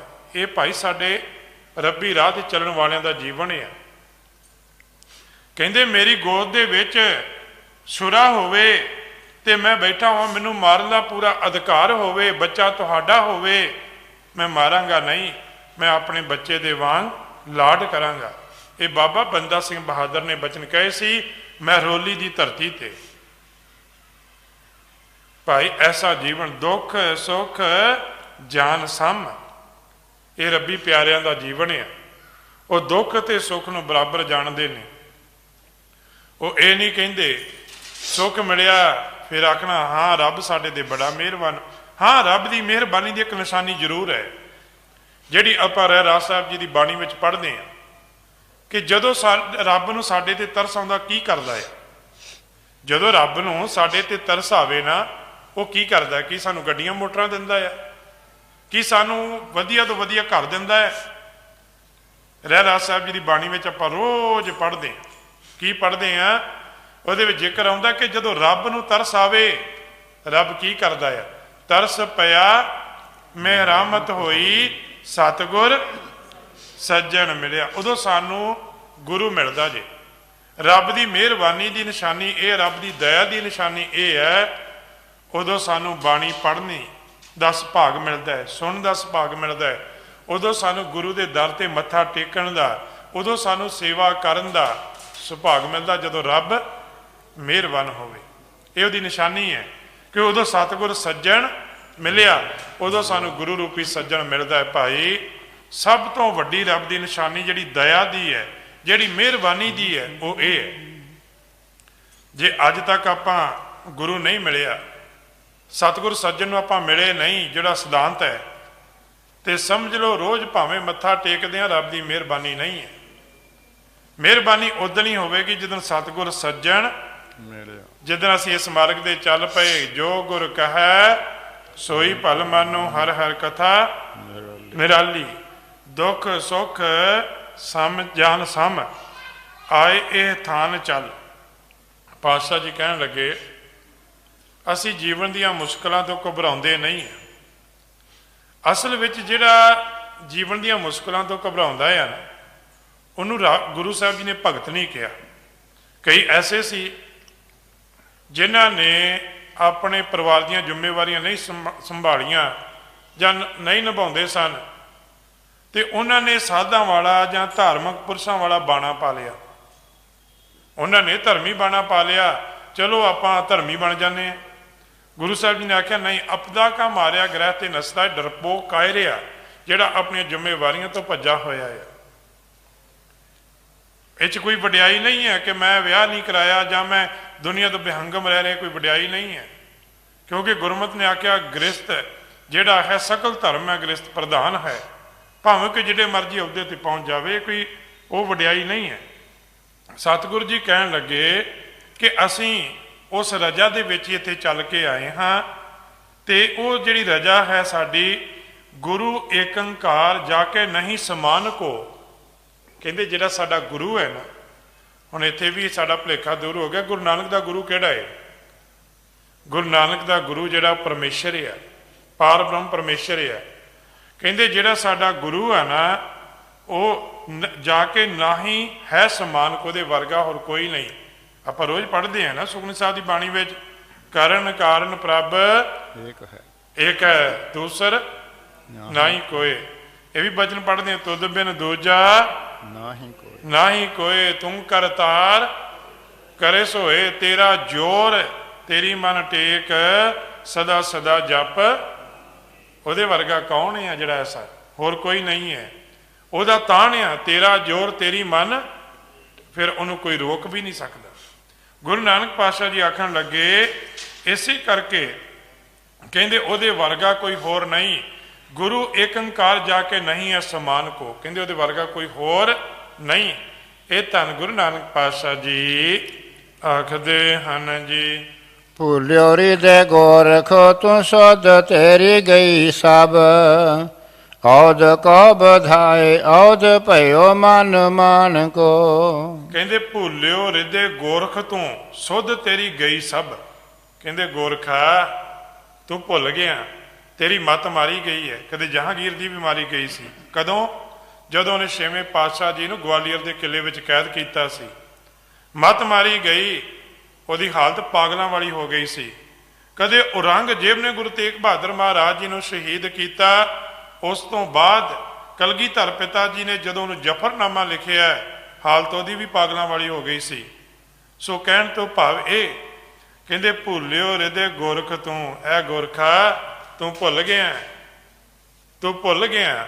ਕਹਿੰਦੇ ਸੁੱਧ ਤੇਰੀ ਗਈ ਸਭ, ਤੇਰੀ ਸੁੱਧ ਹੁਣ ਗਈ ਹੈ, ਹੁਣ ਤੇਰੇ ਜੀਵਨ ਵਿੱਚ ਤੂੰ ਸਥਿਰ ਨਹੀਂ ਰਹਿ ਸਕੇਂਗਾ। ਕਹਿੰਦੇ ਜਦੋਂ ਉਹਨੇ ਔਰੰਗਜ਼ੇਬ ਬਾਦਸ਼ਾਹ ਨੇ ਪੜ੍ਹਿਆ ਨਾ ਜਫਰਨਾਮਾ, ਉਸ ਦਿਨ ਤੋਂ ਇੱਕ ਦਿਨ ਵੀ ਉਹਦਾ ਚੈਨ ਨਾਲ ਬਤੀਤ ਨਹੀਂ ਹੋਇਆ, ਪਾਗਲਾਂ ਵਾਲੀ ਹਾਲਤ ਵਿੱਚ ਰਿਹਾ। ਸੋ ਜਹਾਂਗੀਰ ਦੀ ਕੀ ਹਾਲਤ ਬਣੀ ਜਦੋਂ ਛੇਵੇਂ ਪਾਤਸ਼ਾਹ ਮਹਾਰਾਜ ਜੀ ਨੂੰ ਗਵਾਲੀਅਰ ਦੇ ਕਿਲੇ ਵਿੱਚ ਕੈਦ ਕਰਦਾ ਆ। ਕਹਿੰਦੇ ਉਹ ਵੀ, ਉਹਨੂੰ ਰਾਤ ਸੁੱਤਿਆਂ ਵੀ ਡਰ ਆਉਂਦਾ ਹੈ, ਉਹਨੂੰ ਸੁੱਤਿਆਂ ਵੀ ਭਿਆਨਕ ਸ਼ੇਰ ਡਰਾਉਂਦੇ ਨੇ, ਕਈ ਤਰ੍ਹਾਂ ਦੀਆਂ ਮੁਸੀਬਤਾਂ ਵਿੱਚ ਪੈ ਗਿਆ। ਕਹਿੰਦੇ ਇਹ ਸਤਿਗੁਰੂ ਜੀ ਆਖਣ ਲੱਗੇ ਸੁੱਧ ਤੇਰੀ ਗਈ ਸਭ। ਕਹਿੰਦੇ ਅੱਜ ਤੋਂ ਤੇਰੀ ਸੁੱਧ ਜਿਹੜੀ ਗੋਰਖ ਮੱਤ ਤੇਰੀ ਮਾਰੀ ਗਈ ਹੈ। ਤੂੰ ਲੋਕਾਂ ਦੇ ਬੱਚਿਆਂ ਨੂੰ ਕੀ ਕਰਦਾ ਆ? ਉਹਨਾਂ ਕੋਲੋਂ ਲੈ ਕੇ ਉਹਨਾਂ ਨੂੰ ਸਾਧੂ ਬਣਾਈ ਜਾਂਦਾ, ਇੱਥੇ ਬਰਫਾਂ ਦੇ ਵਿੱਚ ਲਿਆ ਕੇ ਬਿਠਾ ਦਿੱਤਾ। ਫਿਰ ਕਿਉਂ? ਸਿੱਧ ਛੱਪ ਬੈਠੇ ਪਰਬਤੀ ਕੌਣ ਜਗਤ ਕੋ ਪਾਰ ਉਤਾਰਾ। ਕਹਿੰਦੇ ਤੂੰ ਲੋਕਾਂ ਦੇ ਬੱਚੇ ਲਿਆ ਕੇ ਤੇ ਬਰਫ਼ ਵਿੱਚ ਬਿਠਾ ਦਿੱਤੇ ਨੇ। ਕਹਿੰਦੇ ਜਗਤ ਦਾ ਭਲਾ ਕੌਣ ਕਰੇਗਾ? ਕੀ ਇਸ ਤਰ੍ਹਾਂ ਸੰਸਾਰ ਚੱਲ ਸਕੇਗਾ? ਕਹਿੰਦੇ ਤੇਰੀ ਤੇ ਮੱਤ ਮਾਰੀ ਗਈ ਹੈ। ਹੁਣ ਸਾਡੇ ਬੱਚੇ ਨੇ ਕੋਈ ਖੜ ਕੇ ਕਿਤੇ ਬਿਠਾ ਦੇਵੇ ਗੁਫਾ ਦੇ ਵਿੱਚ, ਤੇ ਅਸੀਂ ਵੀ ਕਵਾਂਗੇ ਕਿ ਇਹਦੀ ਮੱਤ ਮਾਰੀ ਗਈ। ਜਿਹੜੇ ਬੱਚੇ ਨੇ ਸੰਸਾਰ ਵਿੱਚ ਰਹਿ ਕੇ ਸ਼ੁਭ ਕਰਮ ਕਰਨੇ ਸੀ, ਕਿਸੇ ਦਾ ਭਲਾ ਕਰਨਾ ਸੀ ਔਰ ਕਿਸੇ ਨੂੰ ਜੀਵਨ ਦੇਣਾ ਸੀ, ਕਿਸੇ ਬੱਚੇ ਨੂੰ ਜਨਮ ਦੇਣਾ ਸੀ, ਉਹਨੂੰ ਤੂੰ ਜਾ ਕੇ ਬਰਫਾਂ ਦੇ ਪਹਾੜਾਂ ਤੇ ਬਿਠਾ ਦਿੱਤਾ। ਕਹਿੰਦੇ ਤੇਰੀ ਮੱਤ ਮਾਰੀ ਗਈ ਹੈ। ਤੂੰ ਇਹਨਾਂ ਨੂੰ ਸਰੀਰਾਂ ਦੇ ਸੋਹਾਂ ਮਾਰਨ ਨੂੰ ਕਹਿ ਦਿੱਤਾ, ਇਹ ਸਰੀਰ ਨੂੰ ਤੇ ਸੰਭਾਲਣਾ ਸੀ, ਇਹ ਤੇ ਮਹਾਰਾਜ ਦਾ ਦਿੱਤਾ ਜੀਓ ਪਾਏ ਪਿੰਡ ਜਿਨ ਸਾਜਿਆ ਦਿੱਤਾ ਪਹਿਨਣ ਖਾਣੇ ਤੇ ਸੋਹਣੇ ਬਸਤਰ ਪਾਉਣੇ ਸੀ, ਇਹਨੂੰ ਸੋਹਣਾ ਖਵਾਉਣਾ ਸੀ, ਪਰ ਤੂੰ ਤੇ ਆਂਦਾ ਇਹਨਾਂ ਨੂੰ ਲੈ ਕੇ ਬੈਠ ਗਿਆ ਪਰਬਤਾਂ ਤੇ। ਕਹਿੰਦੇ ਨਾ ਇਹਨਾਂ ਨੂੰ ਚੰਗਾ ਖਾਣ ਦਿੱਤਾ, ਨਾ ਇਹਨਾਂ ਨੂੰ ਪਹਿਨਣ ਦਿੱਤਾ, ਨਾ ਇਹਨਾਂ ਨੂੰ ਸੰਸਾਰ ਦੇ ਸੁੱਖ ਮਾਨਣ ਦਿੱਤੇ। ਇਹ ਤੇ ਫਿਰ ਸੰਸਾਰ ਵਿੱਚ ਜਾਏ ਆਏ ਤੇ ਨਾ ਆਏ। ਕਹਿੰਦੇ ਭਾਈ ਆਪਾਂ ਸੰਸਾਰ ਵਿੱਚ ਆਏ ਆ ਨਾ, ਤੇ ਸੰਸਾਰ ਵਿੱਚ ਆਉਣ ਦਾ ਲਾਭ ਤਾਂ ਹੀ ਹੈ ਜੇ ਆਪਾਂ ਆਪਣੇ ਪਰਿਵਾਰ ਦੀਆਂ ਜ਼ਿੰਮੇਵਾਰੀਆਂ ਸੰਭਾਲਦਿਆਂ ਹੋਇਆਂ ਭਾਈ ਕਨ੍ਹਈਆ ਜੀ ਵਾਲਾ ਜੀਵਨ ਅਪਣਾਈਏ। ਭਾਈ ਉਹ ਜੀਵਨ ਜਿਹਦੇ ਵਿੱਚ ਸਤਿਗੁਰੂ ਜੀ ਆਖਦੇ ਗੁਰ ਸੇਵਾ ਤੇ ਸੁਖ ਉਪਜੈ ਫਿਰ ਦੁੱਖ ਨਾ ਲੱਗੈ ਆਏ। ਜੀ ਸਾਡੇ ਜੀਵਨ ਵਿੱਚ ਤਾਂ ਸਫਲਾਈ। ਸਤਿਗੁਰੂ ਜੀ ਆਖਦੇ ਸੁੱਧ ਤੇਰੀ ਗਈ ਸਭ ਔਦ ਕੋ ਵਧਾਏ। ਕਹਿੰਦੇ ਤੈਨੂੰ ਇੱਕੋ ਹੀ ਮਨ ਹੈ, ਔਦ ਭਇਓ ਮਨ ਮਾਨ ਕੋ। ਤੂੰ ਉਮਰ ਲੰਬੀ ਕਰ ਲਈ, ਪਰਬਤਾਂ ਦੀ ਚੜ੍ਹ ਗਿਆ, ਇਹਦਾ ਮਾਣ ਤੇਰੇ ਅੰਦਰ ਹੈ, ਇਹਦਾ ਹੰਕਾਰ ਤੇਰੇ ਅੰਦਰ ਹੈ। ਕਹਿੰਦੇ ਤੇਰੀ ਮੱਤ ਮਾਰੀ ਗਈ ਹੈ। ਇਹ ਸਰੀਰ ਮਿਲਿਆ ਸੀ ਭਾਈ, ਕਈ ਚੀਜ਼ਾਂ ਦੀ ਲੋੜ ਚਲੋ ਸਾਨੂੰ ਨਹੀਂ ਹੈ, ਪਰ ਸੰਸਾਰ ਵਿੱਚ ਬੜੇ ਬੱਚੇ ਨੇ ਜਿਨ੍ਹਾਂ ਨੂੰ ਤੁਸੀਂ ਪਿਤਾ ਦਾ ਪਿਆਰ, ਜਿਨ੍ਹਾਂ ਨੂੰ ਤੁਸੀਂ ਇੱਕ ਚੰਗਾ ਜੀਵਨ ਦਾ ਪਿਆਰ ਦੇ ਸਕਦੇ ਹੋ। ਕਿਸੇ ਦੀ ਜੇ ਤੁਸੀਂ ਆਪ, ਤੁਹਾਨੂੰ ਪੈਸੇ ਦੀ ਲੋੜ ਨਹੀਂ, ਤੁਸੀਂ ਨੌਕਰੀ ਚਾਕਰੀ ਕਰਦੇ ਹੋ, ਕੋਈ ਬਿਜ਼ਨਸ ਕਰਦੇ ਹੋ, ਕਹਿੰਦੇ ਉਹਦੇ ਨਾਲ ਤੁਸੀਂ ਕਿਸੇ ਦਾ ਭਲਾ ਕਰੋ। ਸੰਸਾਰ ਵਿੱਚ ਬੜੇ ਬੱਚੇ ਨੇ ਜਿਨ੍ਹਾਂ ਨੂੰ ਪੜ੍ਹਾਈ ਦੀ ਲੋੜ ਹੈ, ਬੜੇ ਬਜ਼ੁਰਗ ਨੇ ਜਿਨ੍ਹਾਂ ਨੂੰ ਦਵਾਈ ਦੀ ਲੋੜ ਹੈ, ਬੜੇ ਉਹ ਲੋਕ ਨੇ ਜਿਨ੍ਹਾਂ ਨੂੰ ਅਨਾਜ ਦੀ ਲੋੜ ਹੈ। ਕਹਿੰਦੇ ਤੇਰਾ ਧਨ ਉਸ ਪਾਸੇ ਲੱਗ ਜਾਵੇ, ਤੇਰਾ ਜੀਵਨ ਵੀ ਸਫਲਾ ਹੈ ਤੇ ਉਹਨਾਂ ਦਾ ਵੀ। ਪਰ ਜੇ ਤੂੰ ਲੈ ਕੇ ਸਰੀਰ ਰੱਬ ਕੋਲੋਂ ਜਾ ਕੇ ਪਰਬਤਾਂ ਤੇ ਬੈਠ ਗਿਆ, ਲੋਕਾਂ ਦੇ ਬੱਚਿਆਂ ਨੂੰ ਪ੍ਰੇਰਿਤ ਕਰਦਾ ਤੁਸੀਂ ਵੀ ਵਿਹੰਗਮ ਬਣ ਜਾਓ, ਤੁਸੀਂ ਵੀ ਆਪਣੇ ਕੰਨ ਪਾੜ ਦਿਓ, ਸਰੀਰ ਤੇ ਸਵਾਹਾਂ ਮਲ ਲਵੋ, ਉਮਰਾਂ ਵਧਾ ਲਓ। ਕਹਿੰਦੇ ਤੇ ਇਸ ਮਾਣ ਦੇ ਵਿੱਚ ਤੂੰ ਗਰਕ ਹੋ ਰਿਹਾ ਹੈ। ਕਹਿੰਦੇ ਤੇਰੀ ਮੱਤ ਮਾਰੀ ਗਈ ਹੈ। ਕਹਿੰਦੇ ਕੋਈ ਵਡਿਆਈ ਨਹੀਂ, ਗੁਰਮਤਿ ਅਨੁਸਾਰ ਕੋਈ ਵਡਿਆਈ ਨਹੀਂ ਹੈ। ਗੁਰਮਤਿ ਦੇ ਅਨੁਸਾਰ ਵਡਿਆਈ ਇਹ ਹੈ ਤੁਸੀਂ ਆਪਣਾ ਗ੍ਰਸਤ ਜਿਹੜਾ ਹੈ ਉਹਨੂੰ ਨਿਭਾਓ, ਆਪਣੀਆਂ ਜ਼ਿੰਮੇਵਾਰੀਆਂ ਨਿਭਾਓ, ਆਪਣੀ ਕਿਰਤ ਜਿਹੜੀ ਬੜੇ ਉਦਮ ਦੇ ਨਾਲ ਕਰੋ, ਪਰ ਇਹਦਾ ਹੰਕਾਰ ਨਹੀਂ ਕਰਨਾ। ਕਈ ਵਾਰੀ ਸਾਡੇ ਮਨ ਵਿੱਚ ਆ ਜਾਂਦਾ ਹੈ ਨਾ ਕਿ ਅਸੀਂ ਤੇ ਕਿਰਤ ਕਰਦੇ ਹਾਂ, ਅਸੀਂ ਲਿਆ ਕੇ ਆਪਣੇ ਬੱਚਿਆਂ ਨੂੰ ਅਹਿਸਾਸ ਕਰਾਉਣਾ, ਅਸੀਂ ਤੁਹਾਨੂੰ ਖਵਾਉਂਦੇ ਤਾਂ ਤੁਸੀਂ ਖਾਂਦੇ ਹੋ।